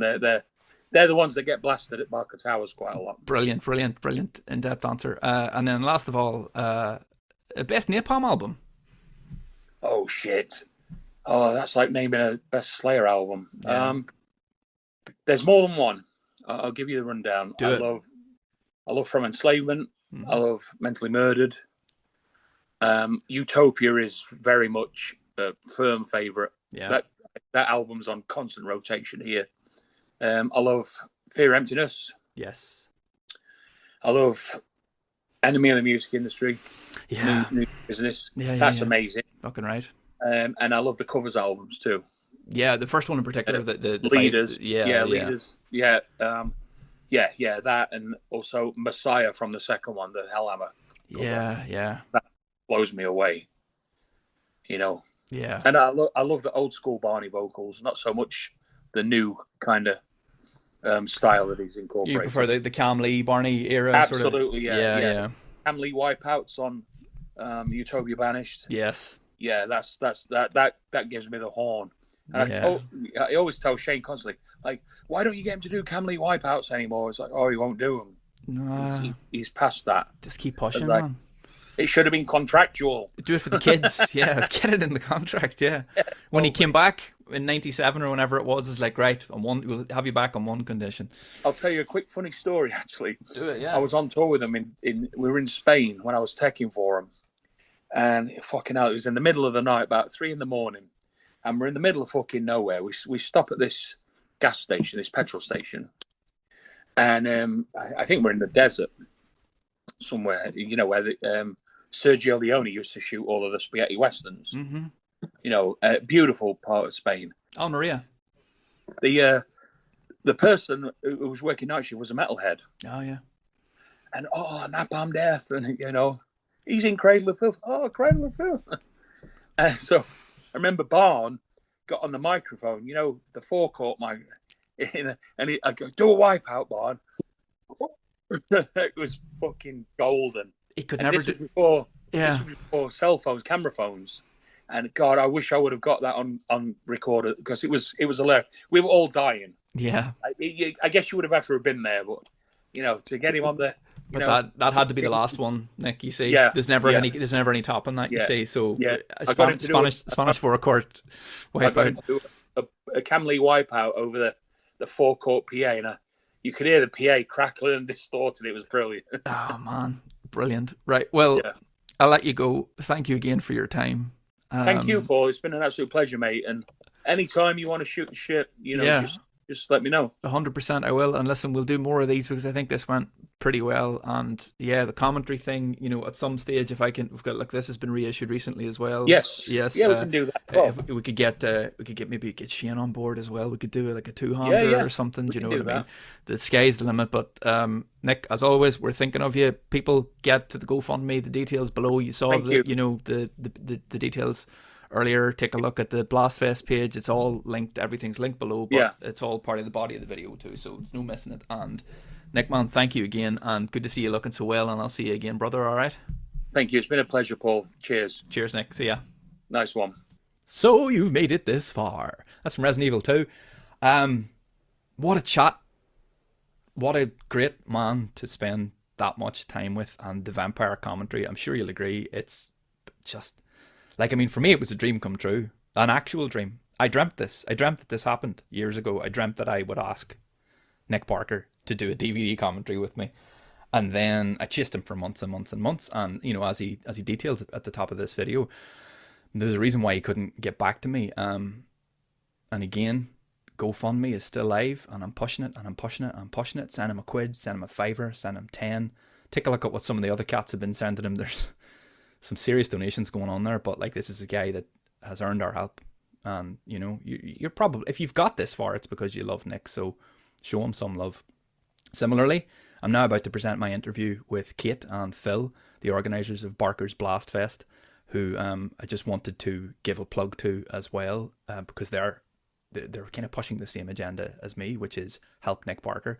So yeah, we're going to wrap this video up with these two certifiably good dudes, and obviously great taste, as you'll tell from the poster in the background. But that's going to be it from me for this installment, and I'll see you next time. I don't know who my next guest is going to be. I've got that many folks lined up, but yeah, stick around. Love yous. See you next time. Here are the organisers of Barker's BlastFest. Tell us the top line for Barker's BlastFest. What are you guys doing? When are you doing it? And why are you doing it? So it's on the 3rd of October. So it's a fundraising event for Nick's GoFundMe page. So all profits go towards Nick's GoFundMe. We're just putting on a one-day event. 11 bands are going to be on it. So it's a full day of death metal, all to help Nick with his GoFundMe. This is brilliant, yeah. Have you guys been in contact with Nick at all? Does he know that you guys are doing this, or have you had any involvement from the great man? Yeah, we've had a few conversations with him. Like, he's asked us how we're getting on, and he's got a couple of ideas to help us as well. Like, so yeah, hopefully making a few announcements with a couple of things that we're going to be doing soon. Excellent. No, that's brilliant. How did you know how to do something like this? How do you do a festival? You know, it was kind of your idea, really, wasn't it? Like, I'd been talking to a couple of bands that I played with about doing a couple of small shows. Then I got talking to Nick. I saw his GoFundMe, and I thought, how can I help him? Like, make something a bit bigger of this and do something for him to give back. Like, he helped me out over the years. Like he used to come down to my old practice room. We'd jam along with him and stuff, and he used to take me to gigs and things like that. So I just want to kind of give something back to him and say thank you, really, for everything that he did. So Kate came up with the idea, instead of doing some small gigs, like, why don't we put on a festival? Like, let's get the bands that you've already spoke to, get a few more bands, and try get some big headliners, and like, let's make a festival, a full day fundraiser for him. And I mean, do you guys have any background in promotion or anything like that? No, you work in market managing, don't you? Yeah. So you kind of, like, you're involved in, like, all the social media side of things. So that's where a lot of the ideas have come from social media. Yeah, I wouldn't say that we've got any background in it though. It's been a bit of a learning curve doing this kind of thing. Yeah, it's been pretty tricky. Yeah, just been reaching out to people, and like, a lot of people have been really great in helping out. Like, people want to get involved, they want to support the cause, and like, they're all behind Nick. They want to help him out. It makes sense, yeah. I mean, he's a beloved figure, not just for the music that he's made, but also just the friendships and relationships that he's had. I mean, like, everybody pretty much has good things to say about him, and definitely, yeah, I can understand it. Phil, you're in one of the bands that's playing, is that right?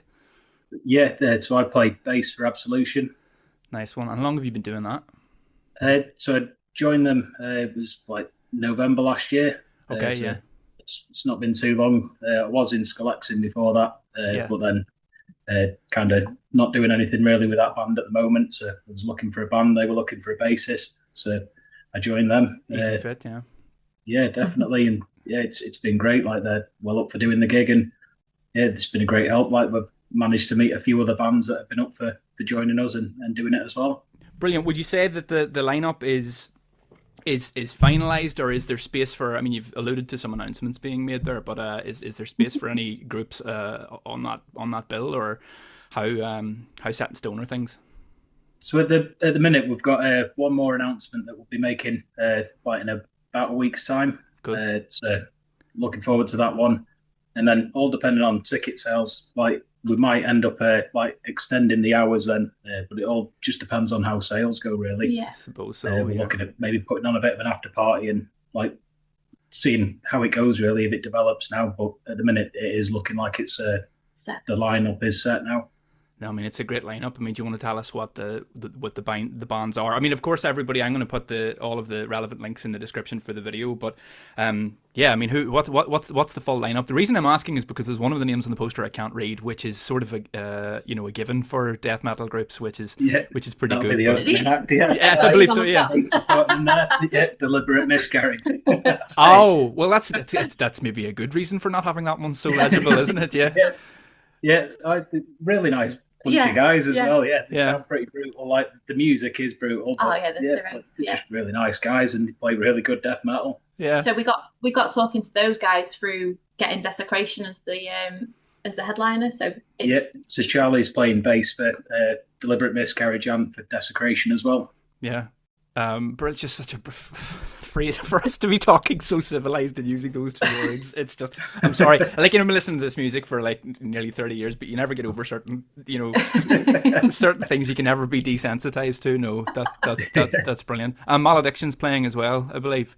Yeah, that was one of the bands that I got talking to when we played a gig in January with them. I've got a friend who plays drums for them as well. So we said about doing a gig, like a local gig. That's how it kind of came about. Like, let's do this festival and let's invite them to do it as well. So just to confirm, the full lineup as of broadcast, with a few more surprises to be announced. Just with that caveated, we've currently got Desecration headlining, as well as Blasphemer, Malediction, Absolution, Consecration, Death Covenant, Void Below, Grave Ghoul, Suffering Rites, and the aforementioned and unfortunately named Deliberate Miscarriage. I mean, it's just brilliant that you guys are doing something, because apart from Nick has, I mean, I forget sometimes how long this has been going on now. It's a couple of years really since the news broke, and the GoFundMe's been live all that time. But like, good on you for doing it, because nobody else did. Do you know what I mean? There was a thing there that deserved to be done, and you guys took some initiative, and you know, it's the support for it is brilliant. It's nice to see. Just everything, you know, I can't phrase that any other way, but it's just like, you know, thank you very much just on behalf of this metal community for being the guys to do this, because it rules, you know. Oh, cheers. Thank you. Yeah, thank you for your support as well. Like, just doing things like this, being able to push it in any way is brilliant. It's definitely massive help. Of course, yeah. I mean, it just by like, I've been trying to get Nick back on the show since the day after the first one went up. Like, he was the first guy that I spoke to for the show, and it was just a bit of a dream come true. I mean, you probably can't. I think it's just cut off by the camera frame, but like, he's on my wall. Like, that's a Cruelty and the Beast poster there behind me, so he's always behind me when I'm doing this, you know.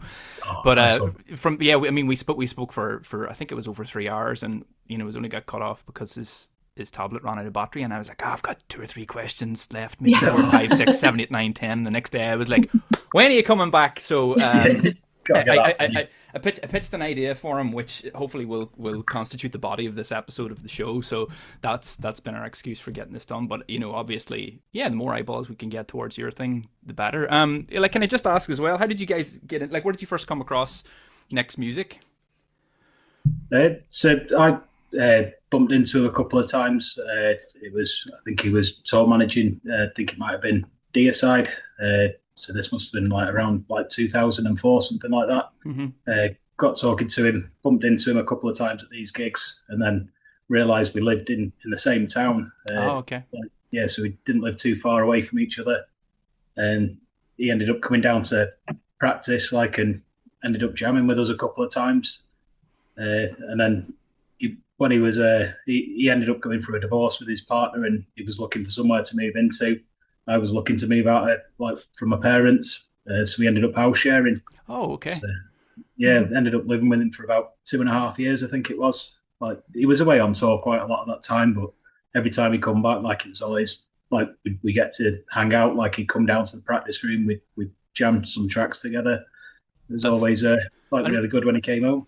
So it's not so much a case of like what's the first album you heard as like you just how did you literally meet and befriend him? You know, like that's so cool.